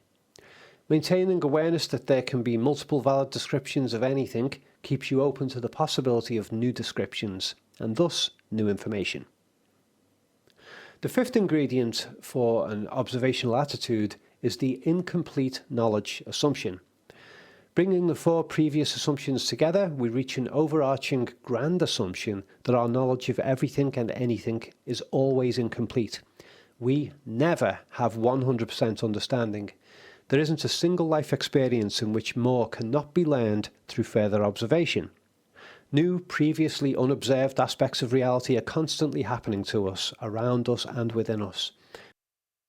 Okay, I want to address that. If anybody's got anything to add at this stage, add it, and then I'll add my point to that. Okay, no one's got anything. Okay, so no, that's incorrect. So there is empiricism that can be achieved, and it can be achieved when asking questions about how things behave. So you can achieve empiricism. Now, I will give him a little bit of credit, which you can, if he chose to, in reply, weasel in his statement again by saying, well, even if you've got an empirically validated cause of an effect you've observed, which is never to be changed, never to be altered, hence the need for systematic experimentation to validate that cause and effect relationship, something that won't ever change.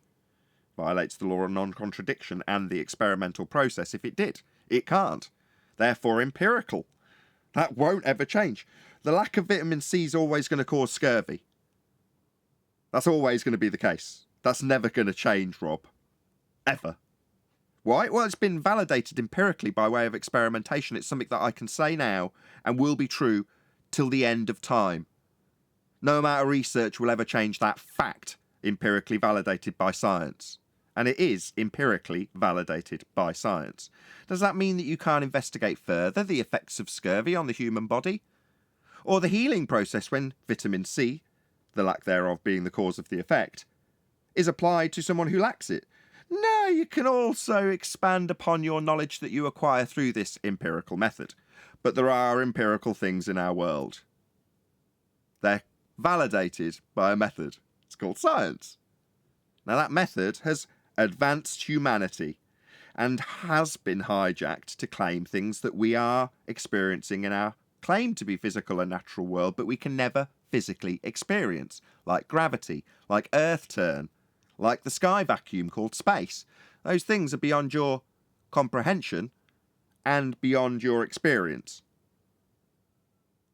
Anybody else before I play a bit more? Hopefully I'll land on a little bit. I'll spin it on a bit. Beliefs.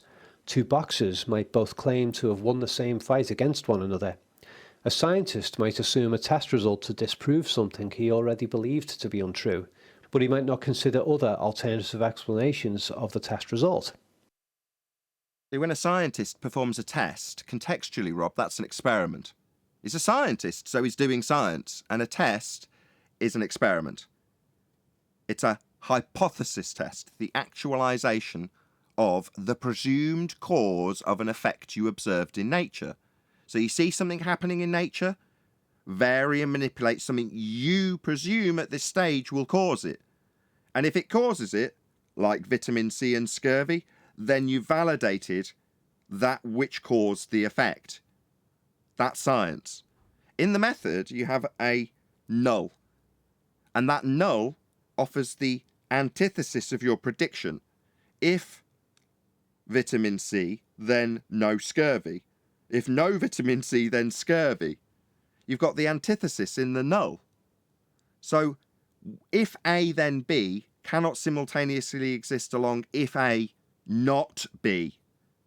You can't have A cause B and not cause B at the same time. Once you establish that A causes B, it doesn't not cause B. And that's your null. If A, not B. And you never test for the null. That's a failed experiment if you want to look at it in the regards that you haven't presumed the correct cause of the effect.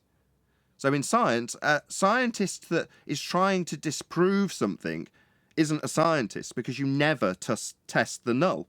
You only vary that which you assume causes the effect to see if it causes it.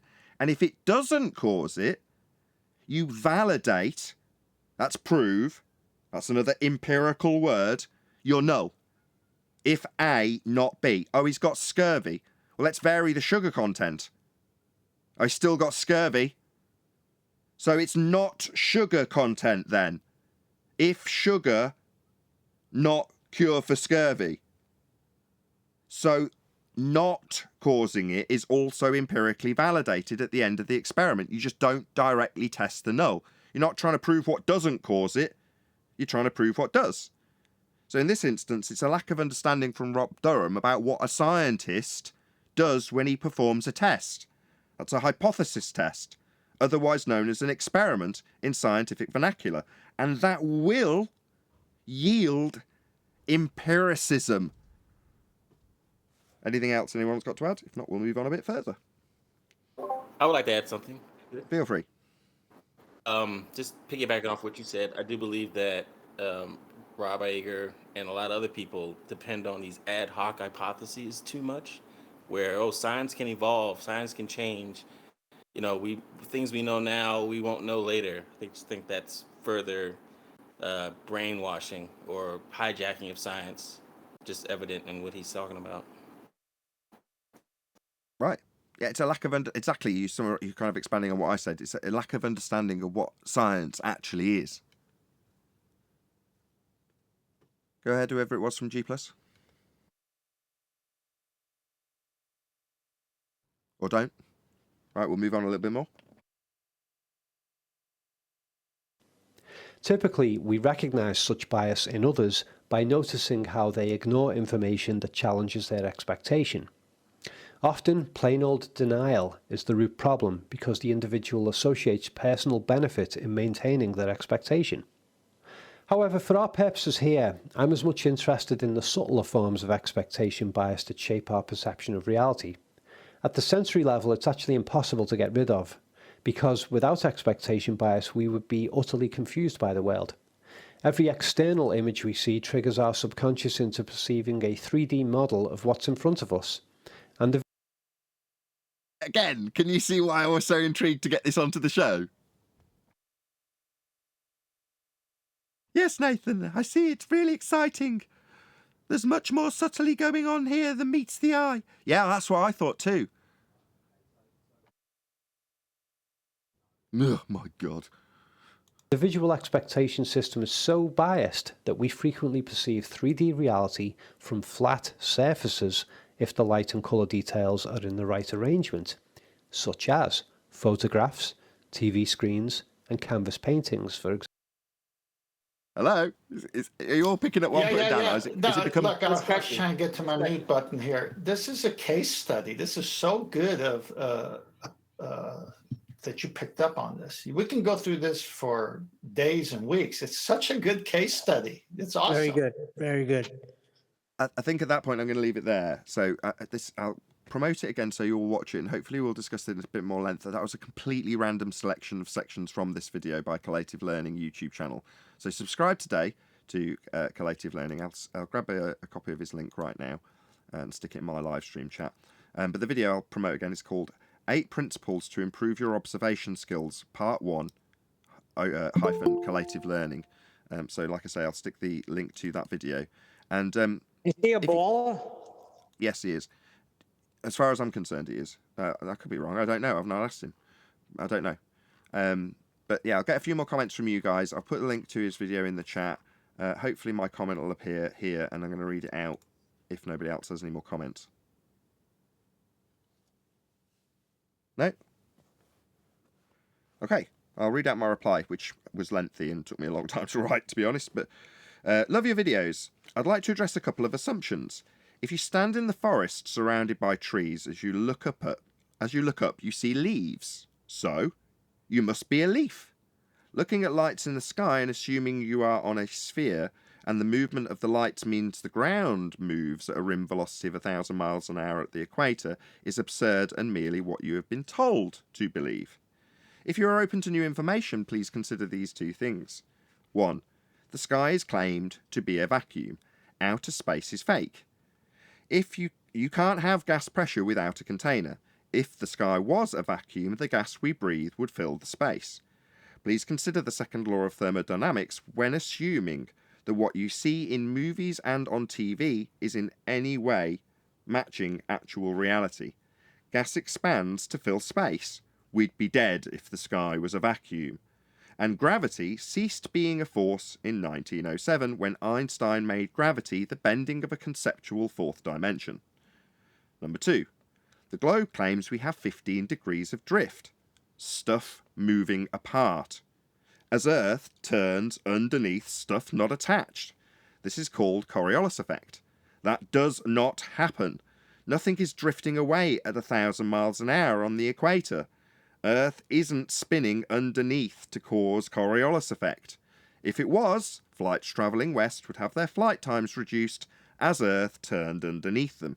As you claimed, it turned underneath the stars. Same effect, Coriolis. Neil deGrasse Tyson claims Earth turns under footballs to clinch a game.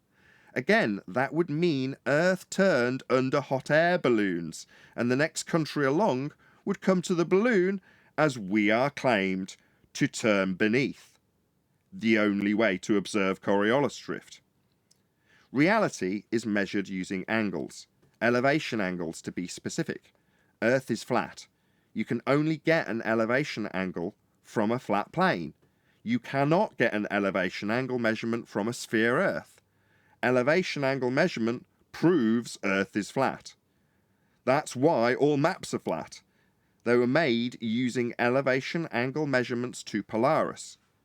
Not everything changes with research.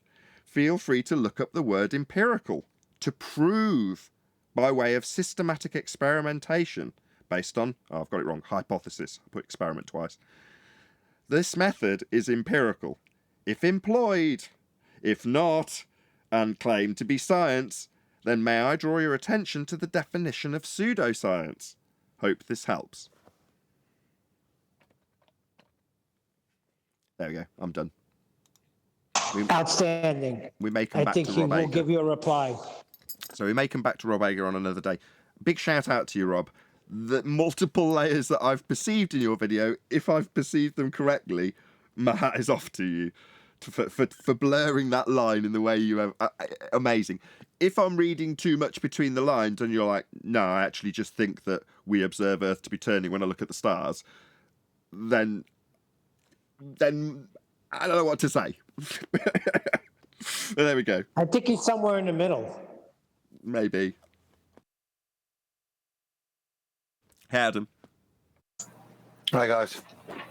Did you hear us listening to Rob Ager, albeit in a very sporadic way that didn't really cover the main points of flat Earth that he brought up? But there we go.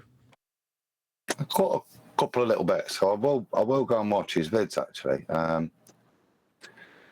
flat or round, he sounds like a guy who questions things and is aware of the psychological controls that are in place in society. So, film and the like. So, yeah, it looks quite interesting, dude. Indeed. So as I say, we'll definitely come back to it after you guys have watched it, because hopefully you'll bring it up of your own volition. And if you do, make sure you make some notes of the time so I can jump to it and we can listen to his actual words if we do cover it again.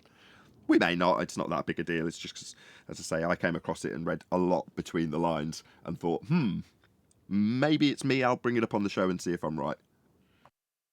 Oh, we're going to cover it.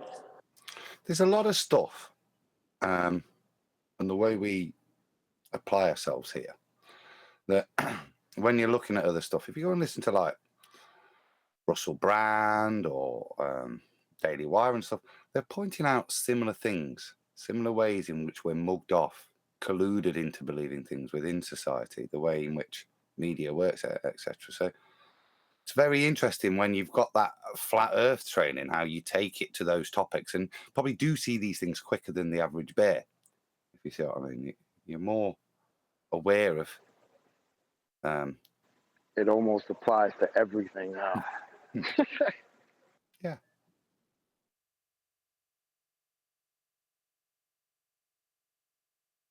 Well, I might even title this video if I title this video "Response to Rob Ager," it may yield a response. So, not that I'm particularly seeking one out from him.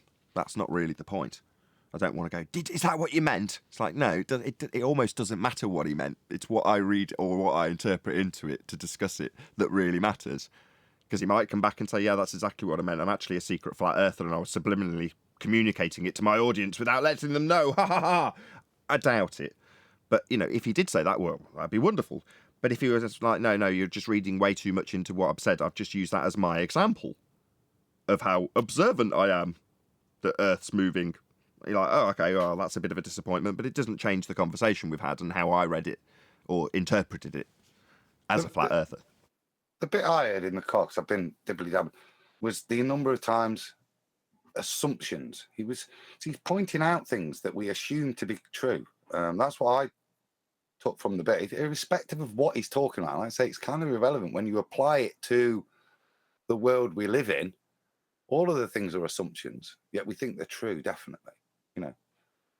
Politicians are there for us and all these things. But when you start to apply them, and like I said, I don't know what he was specifically talking about, but you can take the words and know that that's how you view things now with that, not cynicism, but level of inquiry as to their validation. My comment is to add to what Adam said, and the layers. what Adam said is that, and also chocolate, because once you have the cipher, then you can look at the same book and see it differently. He doesn't have the cipher if he doesn't know what we know. So what he did there was he took his skills of, why am I echoing here? He took his skills and how he does with movies and looks for things that the average Joe doesn't see. Those skills now are showing up in the way he was descriptive of the way he explained what he said on that video. So it's almost as if he's almost got the cipher, but he doesn't. But he's so different than everyone else in the way he views things that he just laid the table for us to, and that was a great response you gave him back. So I think this is epic.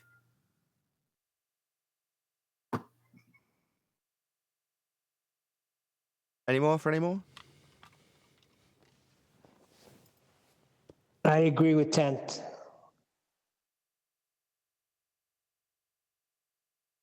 It's almost like when you bring up gas pressure and say, can you have it without containment? And we've used in the past, say, if you go buy some propane with a small tank, can you go buy propane without the tank and bring it home? It's almost that epiphany that whoever you're talking to will say, what kind of question is that? Of course you need a container for propane to be pressurized. What's going on? And all of a sudden, oh my gosh, Earth, clouds, air next to a vacuum. Oh, I get it. See, this is where it's going to go. With that, I'm going to say, if you are watching this on either Nathan Oakley 1980 or Nathan Oakley Premiering streams, then stay tuned as there will be an after show to follow. Unfortunately, if you are watching this live, this is where we bid you farewell. A huge, massive, enormous thank you to all of you who smashed the super chat, liked, commented, shared, subscribed, joined as a member, and all that good stuff. I've been Nathan Oakley, and I will see you all in the next video.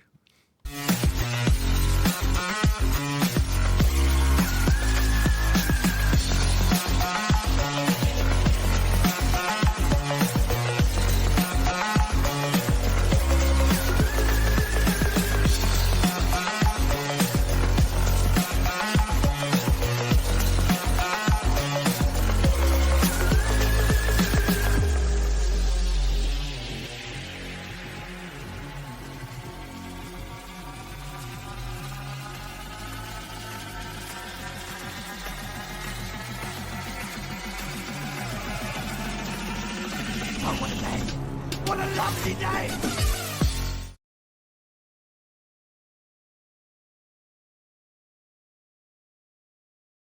But yeah, I'm looking forward to that. Sitting there, listening to flat Earth debate in the sunshine. Well, I raise a glass of vino to you in advance. Toast you. Enjoy. And we say vacation. I'm going to title that live show, Does Rob Ager Know Earth is Flat? Good one. What do you reckon? Yeah. Yeah, very good. Yep, I like it. Can you post your comment in Master B that you sent as well? I like that because you wrote it well. Yeah, I really enjoyed that reply. Very good.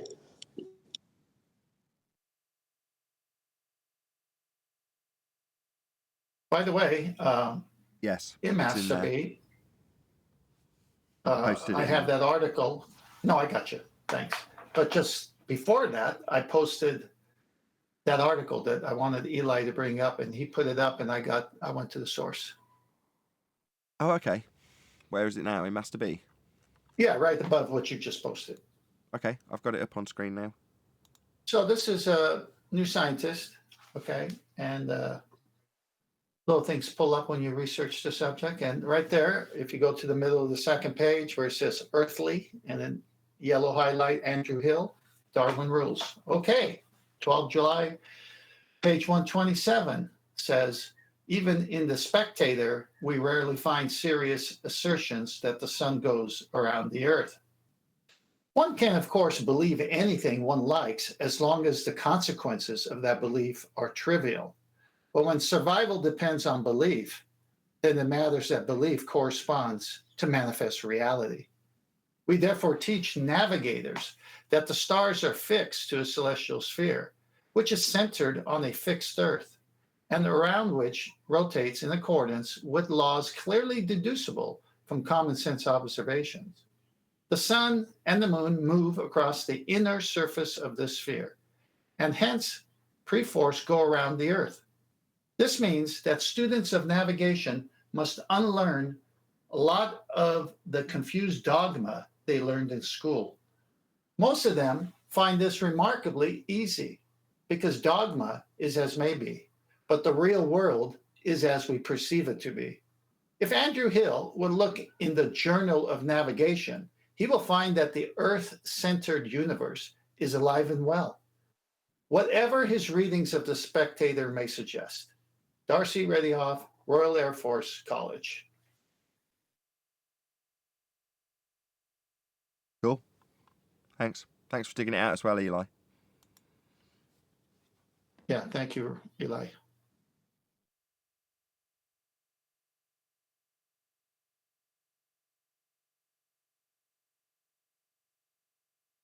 Well, hopefully you can talk amongst yourselves because I'm making a thumbnail. Yeah, last few days, we've had a wonderful time talking about celestial navigation. It seems like you have to redefine what an elevation angle is in your mind to be an anti-flat earther or even a glober and enter this debate forum. Because if you don't redefine it, you have to admit that you need a baseline, flat level, in order to get an elevation angle. And since the radius lines of any circles don't bend, the circle of equal altitude, where the sun's GP and your GP is the observer, that has to be a straight radius. And the full diameter would make that even more if someone was on that circle with the same angle put across from you. So ball game over unless you define and fool yourself into thinking you can have a curved radius with a two-dimensional circle. Hey, let me ask you a question. So everything you just said, you said from the beginning, I remember, you said it's the year of the sextant. Sextant proves flat earth. And you got people that I know have heard this. It's been going on for over a year now. And they're still doing some Bedford level test to discover curvature. What's going on here? Again, if they're going to lie to themselves about radiuses and two-dimensional circles of equal altitudes, then they're going to have to lie to themselves about other things. That's what's going on. Chocolate, were you going to say something? It's actually comical. Yeah, indeed.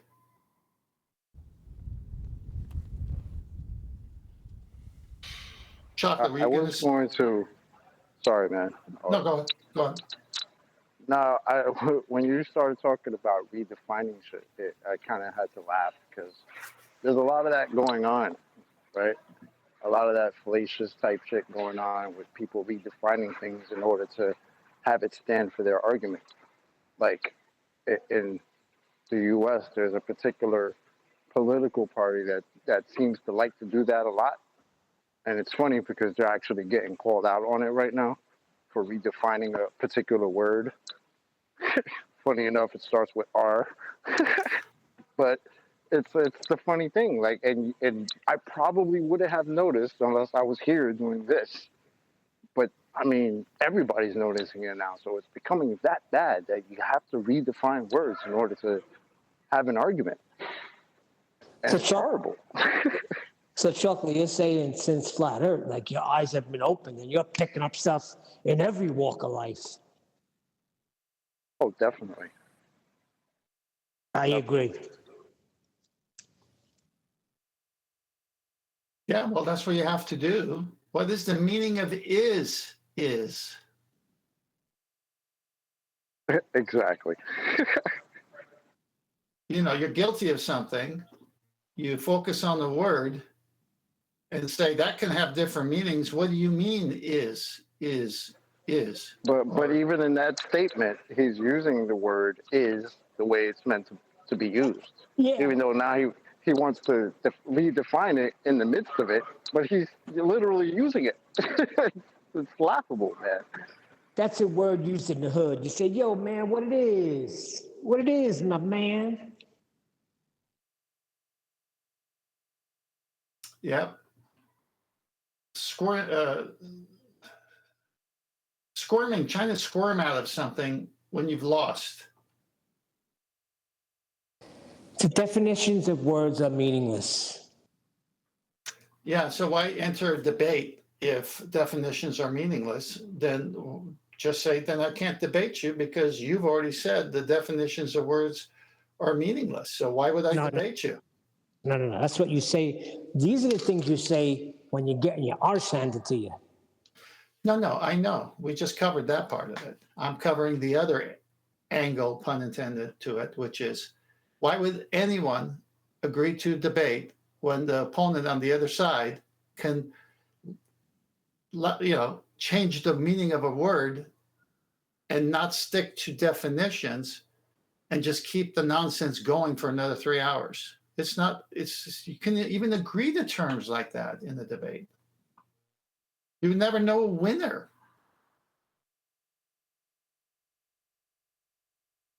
Chocolate's right. You're saying that as you're using words. It's like, what do you call that? Contradictory. What's your word, chocolate, that's been repurposed or redefined? I've got one that's not. Say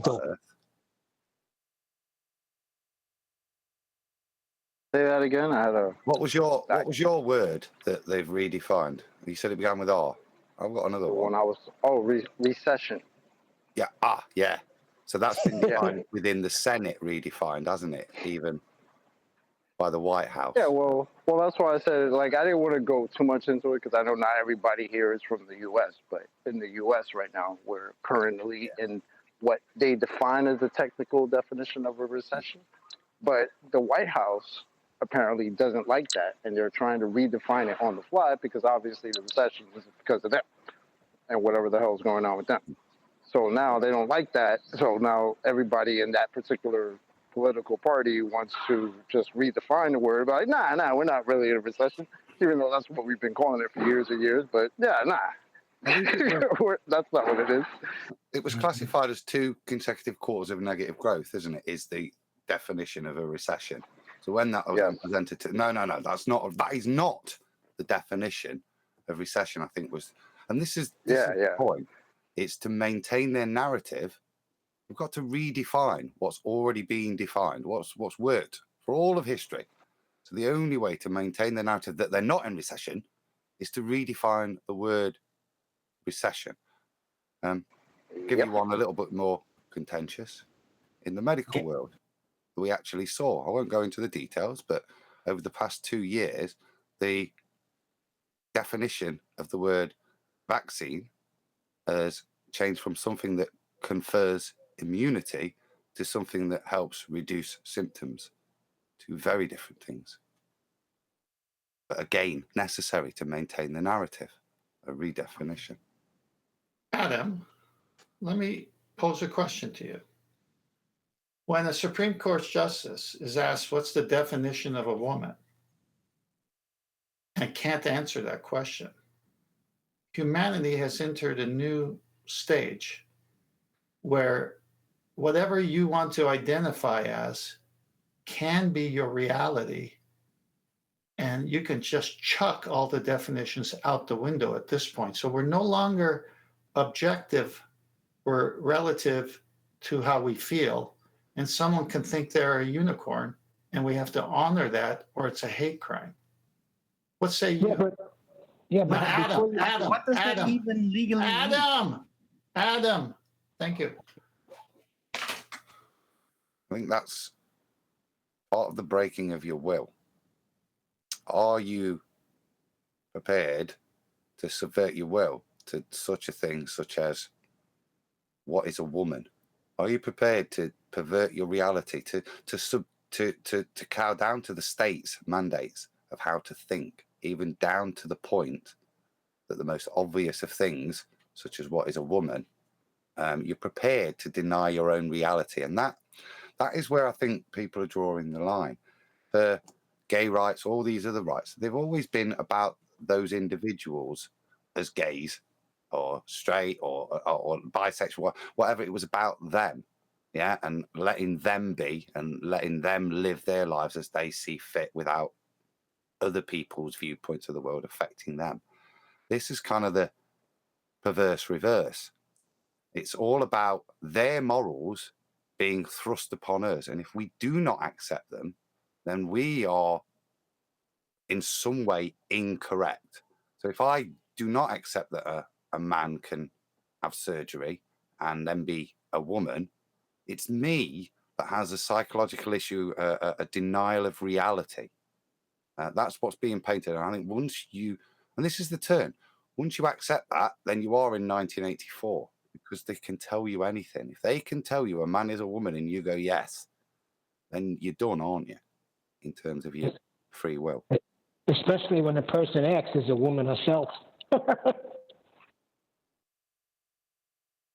Try to be sensitive. There's plenty of people who watch this that are of that LGBTQ community. And as a black, lesbian, bisexual, transgender woman, I feel that I should represent those people who watch in a fair and reasonable way.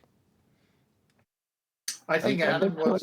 It's still below par when it comes to qualification of being in the justice system with that position. Like, isn't it just a standard qualification that you need to be able to distinguish between the target group you're going to be dealing with? This is ridiculous. But that was kind of my point. Is it the target group, or is it the systems that have created a group that people have become a part of?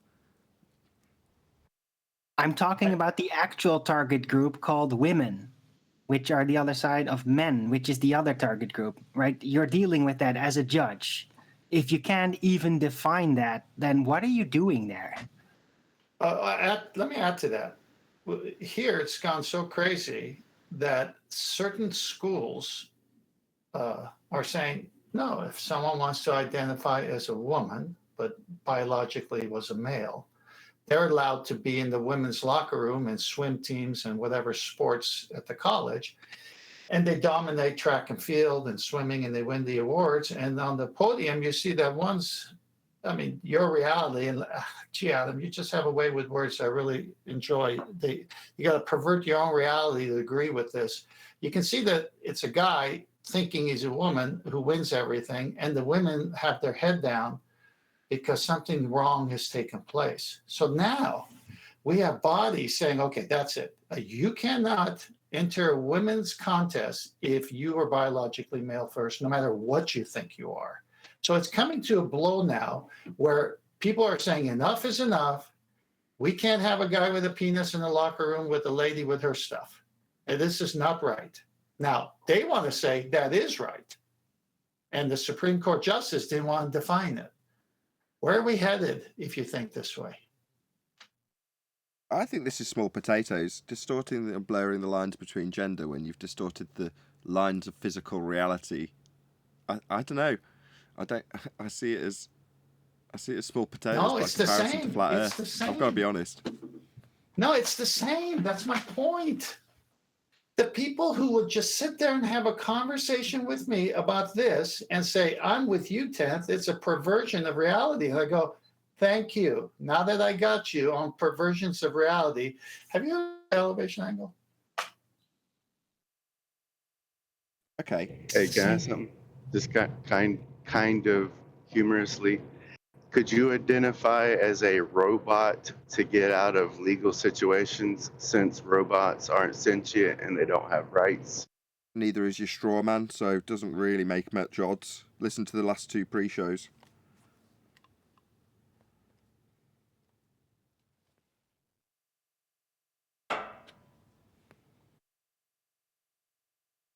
Something else I was going to ask. When y'all was, I think, go on. when y'all was, when y'all was talking about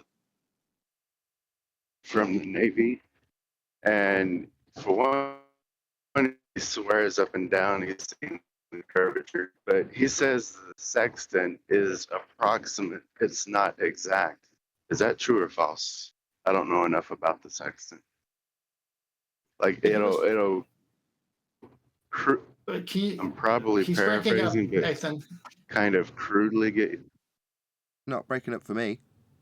Okay, what's his question? Because I could barely make it out. He was in the middle of asking it. Am I still breaking up? No, you're not. My friend who's retired from the Navy, he said the sextant is approximate. Like it'll generally kind of put you in the right direction, but not exactly. Something along the lines of that, however he worded it. It is a sextant. Does it like get you in the ballpark or does it get you to the base? You know what I mean? Like, is it exact or is it kind of approximate? No, I got you. I got your question in the context. Who is What it he's that asked talking it? Sorry, about. just before you answer, what's your name? David. PSY Vamp.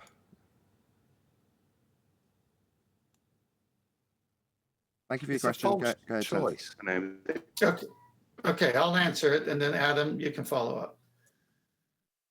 A sextant is an angle measuring device. There are corrections to be made to the instrument. If it falls, you got to make sure the horizon mirror and the index mirror are perpendicular to the frame of the sextant, 90 degrees. So it measures angles.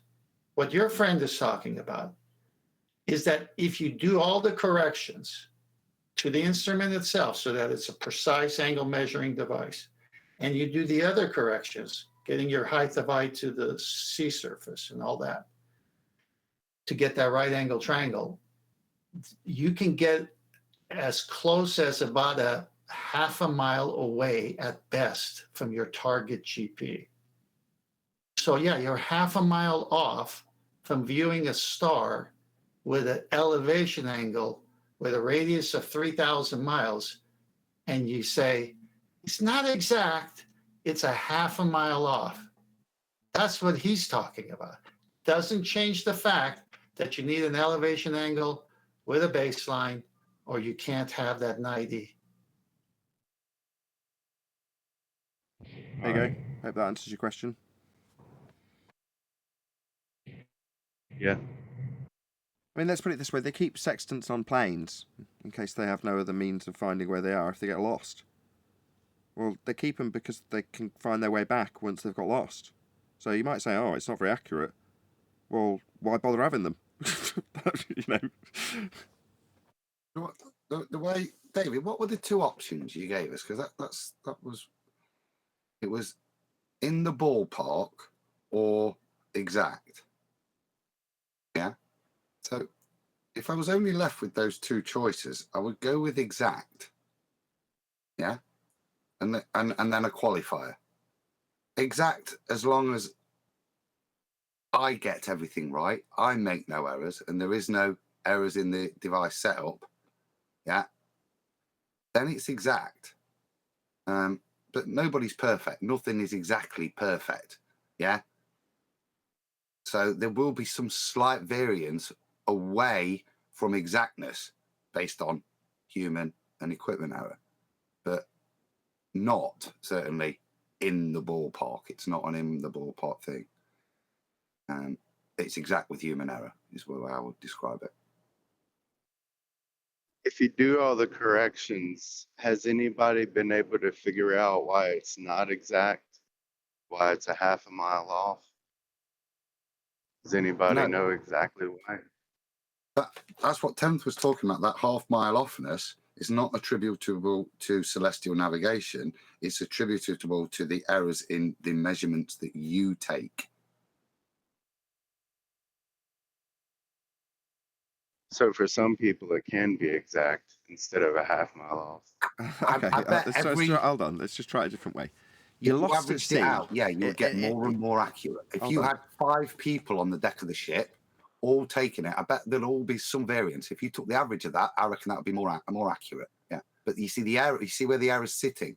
It's sitting in the actual practicality of the measurement done by the human, not within the theory of the celestial navigation. That bit is the exact bit.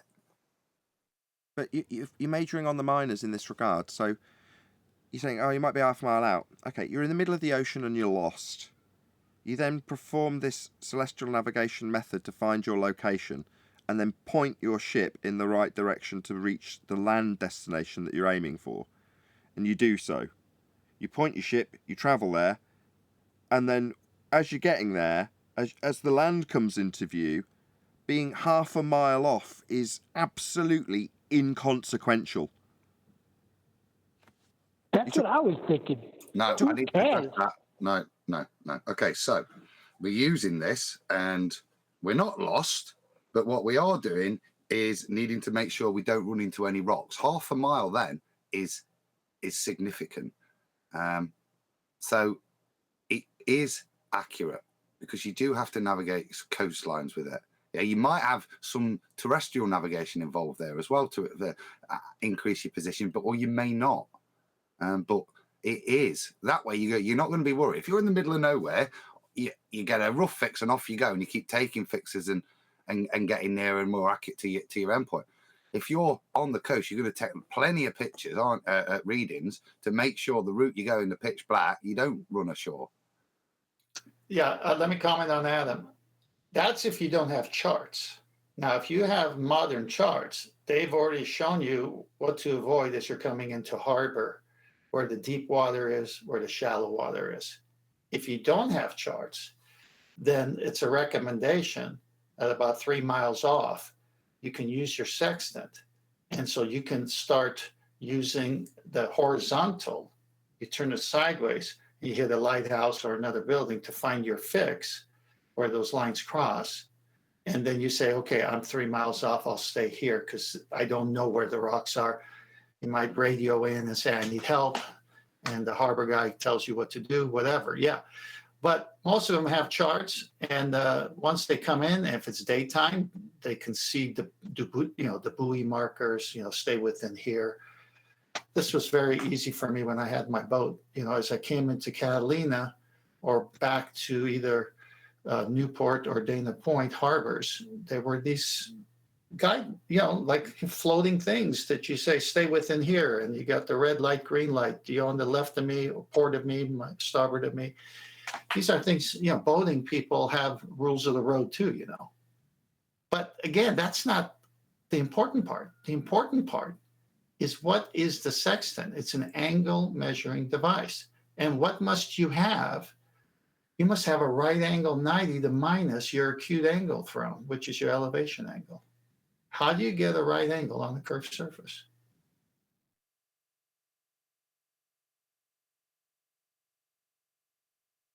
You can't even navigate if the Earth was a globe with those set of rules and parameters. Sphere. Go on, go ahead. I know if you map a equilateral triangle to a sphere, it changes the degrees between each point from 120 to 90, which makes navigation not possible. Is that what they do in the sextant? Minus from 120 or minus 190? Can you show me that in the steps? I don't know enough about a sextant. Yeah, that doesn't, it's not there. We've cited it's a right angle. We've cited it's a right angle triangle. We've cited you need an angle between 0 and 90 to know, and we know it's an elevation angle.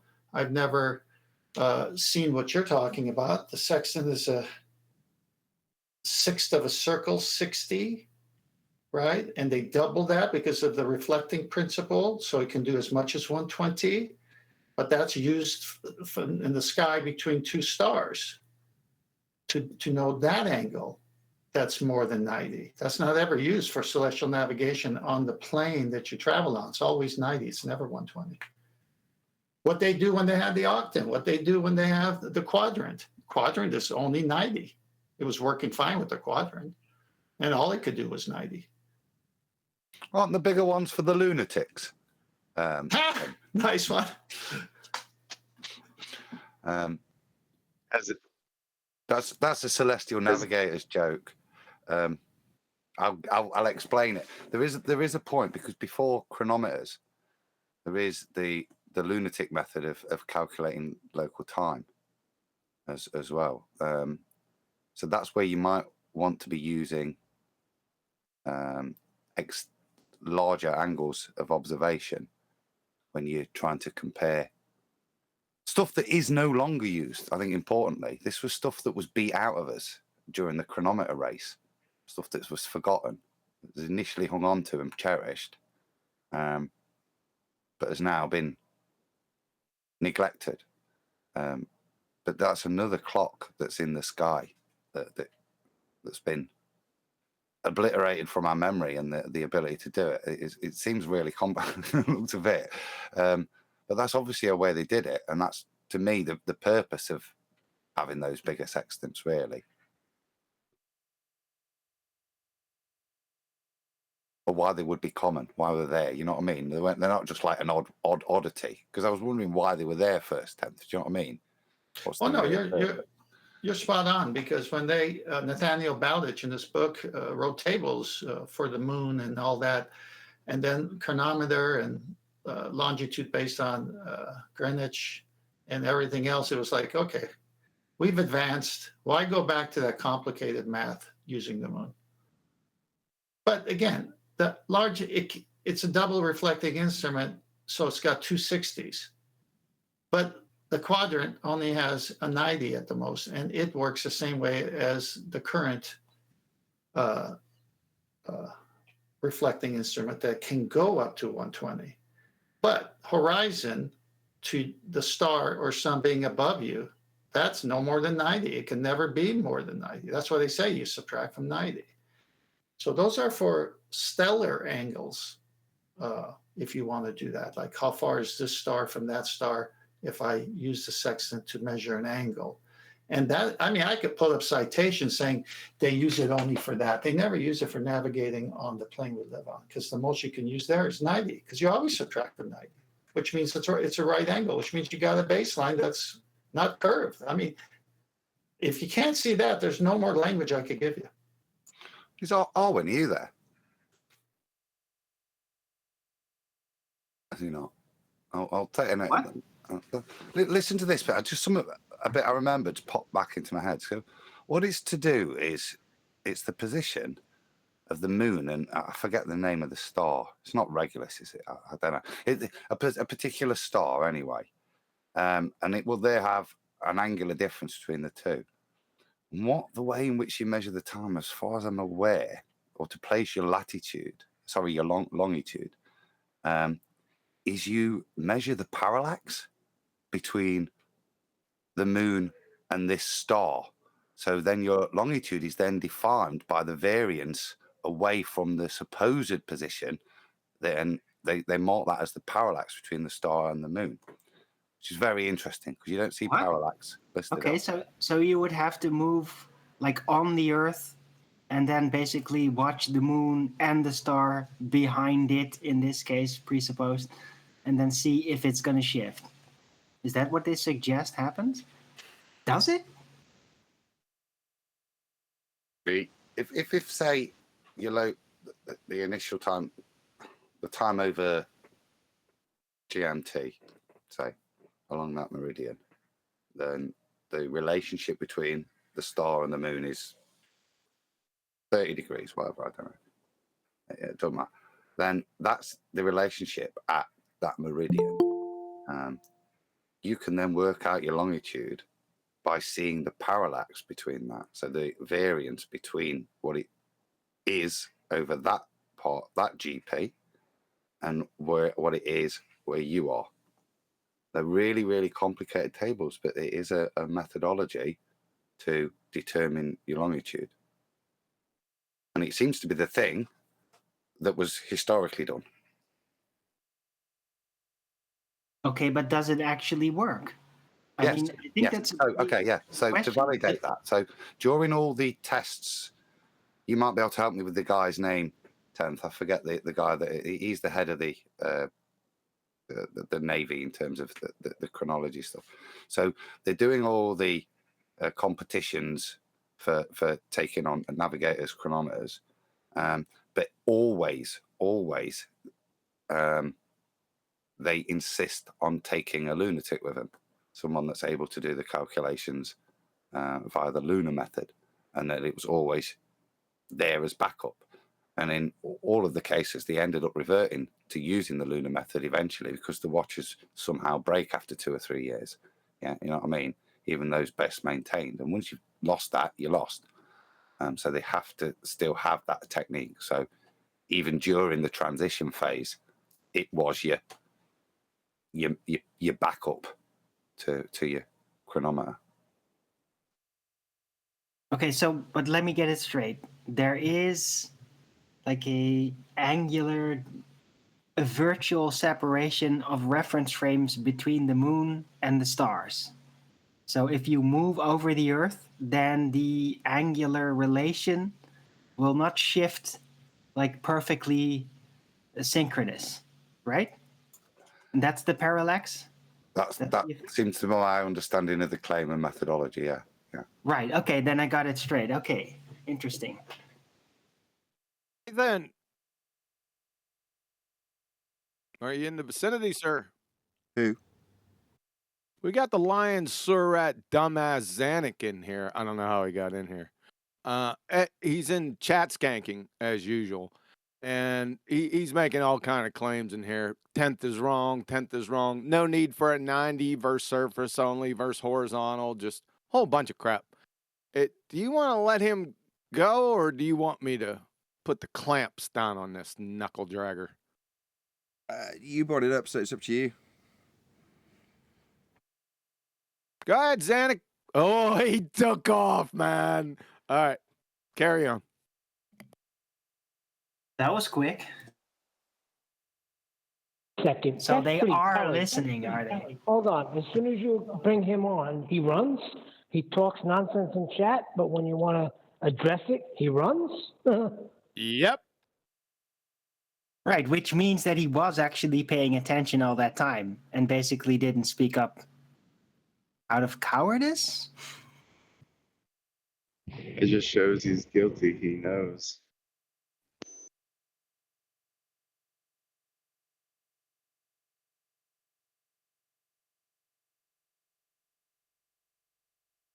Well, let's not dwell too much. Hey, everyone. Hey, Nathan. Oh, he's back. He's back. Hey, Brian. Go ahead, Zanuck.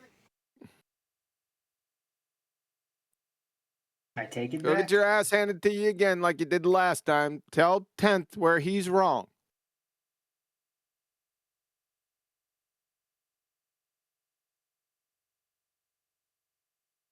You better come off mute and do it. I'm going to take a giant dump on you.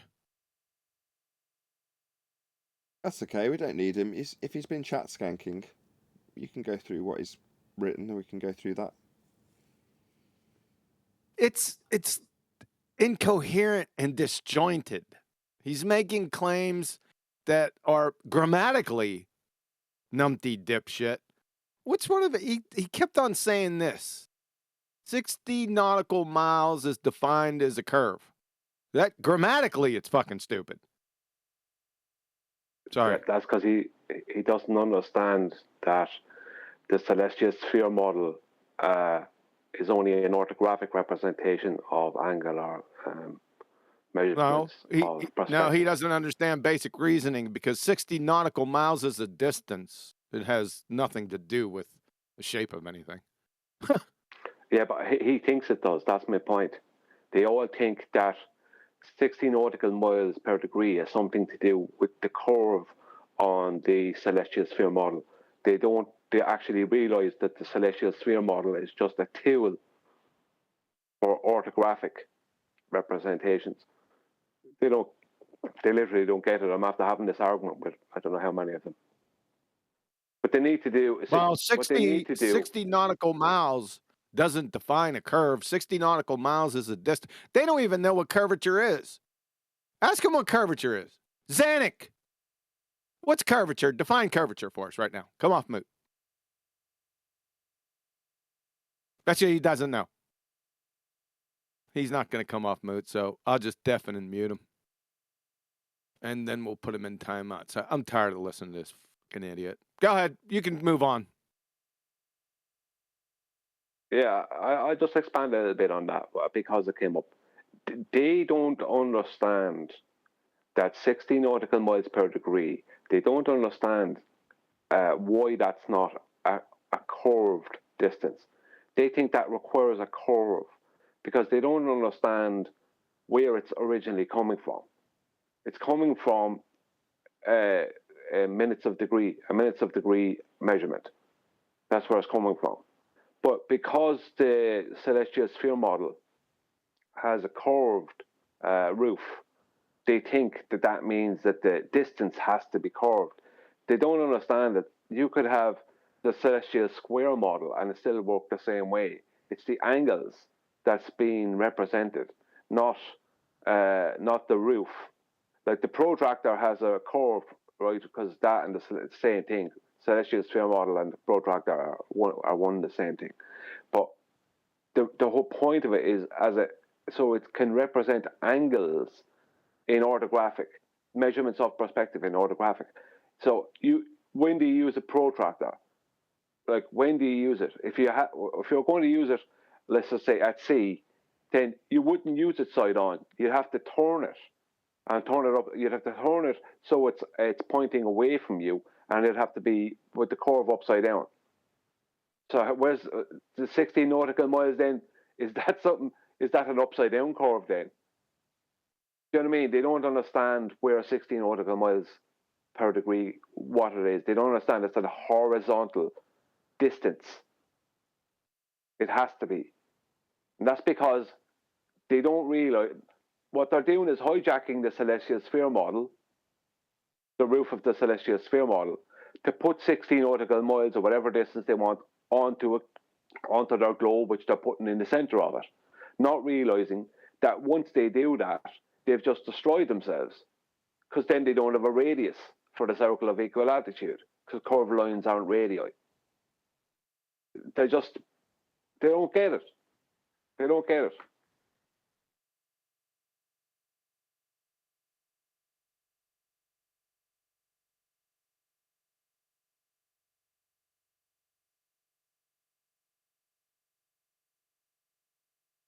Digital sextant like tracks automatically live on the fly.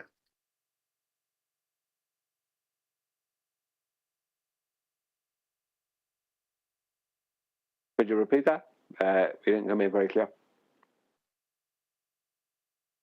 One ever made a digital sextant like controlled with motors or something, I don't know, to where it tracks live and on the fly, gives you continuous output, like updated every second or whatever.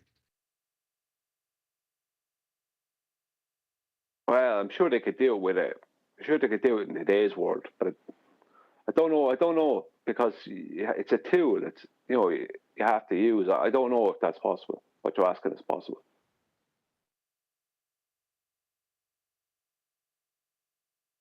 GPS that way, I'd say.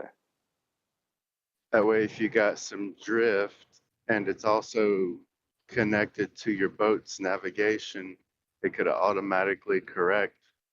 This is what I was thinking. Drift of what? Are you talking about in the boat? The boat drifting?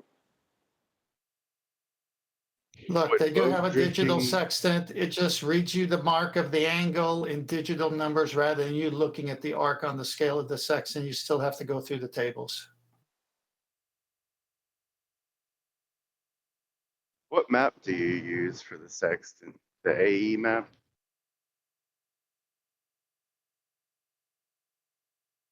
Try the sky map. Say again? Try the sky map against a given horizontal to get a perpendicular, vertical elevation angle. The sextant is used for an elevation angle. That's a vertical you're establishing. And you're using the stars in the sky to do it with. No, he's not asking that. He's asking which map would you get your compass out and draw on when you draw on a circle? UTM, what is it? Most of the maps that they do their charts is the Mercator that they use, because it's got square longitude and latitude lines that don't converge, and then especially the longitude don't converge. That's where they do site reduction and bring that huge circle of equal altitude through the Sumner method and all that. And they say, well, you can treat that arc as a straight line, and you need to do an azimuth, and that's got to be 90 degrees in the direction of the sun or star that you're sighting. They never deal with the full big circles. The map, you couldn't have it on board, so they reduce it and say treat it as a 90 on the horizontal. But their maps would be one big map. Sorry.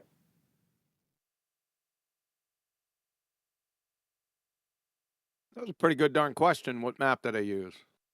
The United States military uses Universal Transverse Mercator map. Like somebody said UTM. That's correct. Yeah.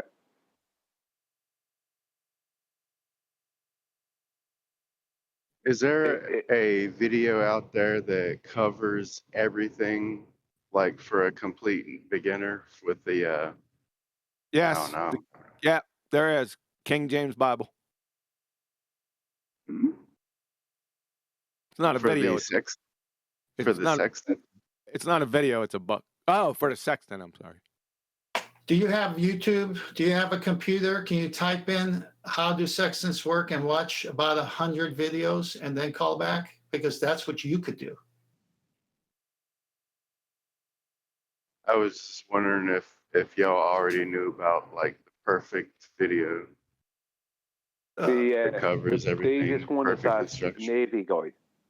There's a Navy guy. I can't remember the guy's name. There's a Navy captain, and he breaks it down in reality. I can't remember the guy's name. But Tent, you might remember. Or Q. Yeah, I can get it and post it. Q did a show with him on it as well. But again, this gentleman, if he has access to a computer, rather than coming here, he can go get educating himself like we all did, and then come and comment. I mean, he has a friend who served in the Navy who said something. We've answered that question. Now, this one is a good question that he asked. So hats off to you, sir. But you've got to put some sweat equity into it now. You've got to go press some buttons and watch some videos. Sweat equity. Like it. Yeah, because you see, every citation, every reference is a globe Earth evaluation of a sextant working on a ball. But in every one of those, they have to contradict themselves by saying it's an elevation angle. So this is where you escape the pseudo, whatever you want to call it, the little spell that's on everybody. Yeah, I'm using an angle measuring device. I've got a curved baseline. I get an elevation angle from it. Can you repeat that again? You've got an angle measuring device. You got an elevation angle with a curved baseline. Is that what you're saying?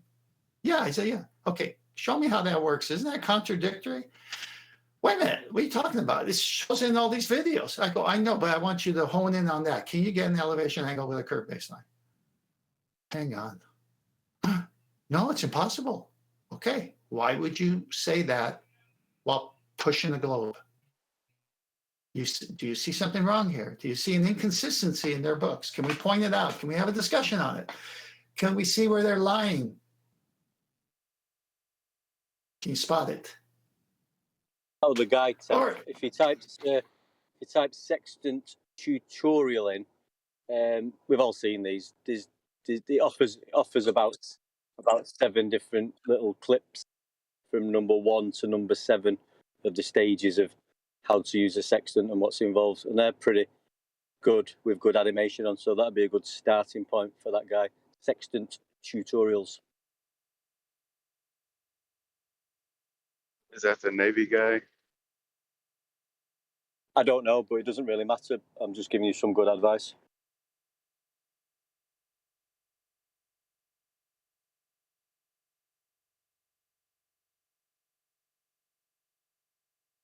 I've got a really unique design for a boat that cannot capsize. So at some point, I'm going to need to learn all this.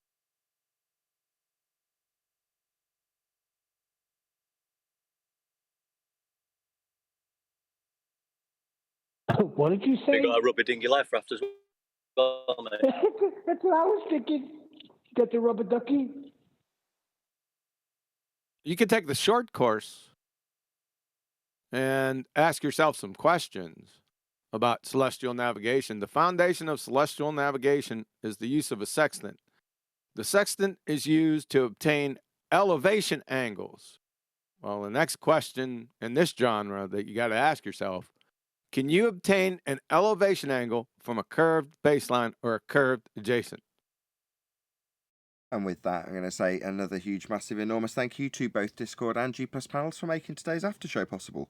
And of course, a massive thank you to all of you in either Nathan Oakley 1980 or Nathan Oakley Premiering streams, hopefully smashing the super chat, liking, commenting, sharing, subscribing, joining as a member, and all that good stuff. I've been Nathan Oakley, and I will see you all in the next video.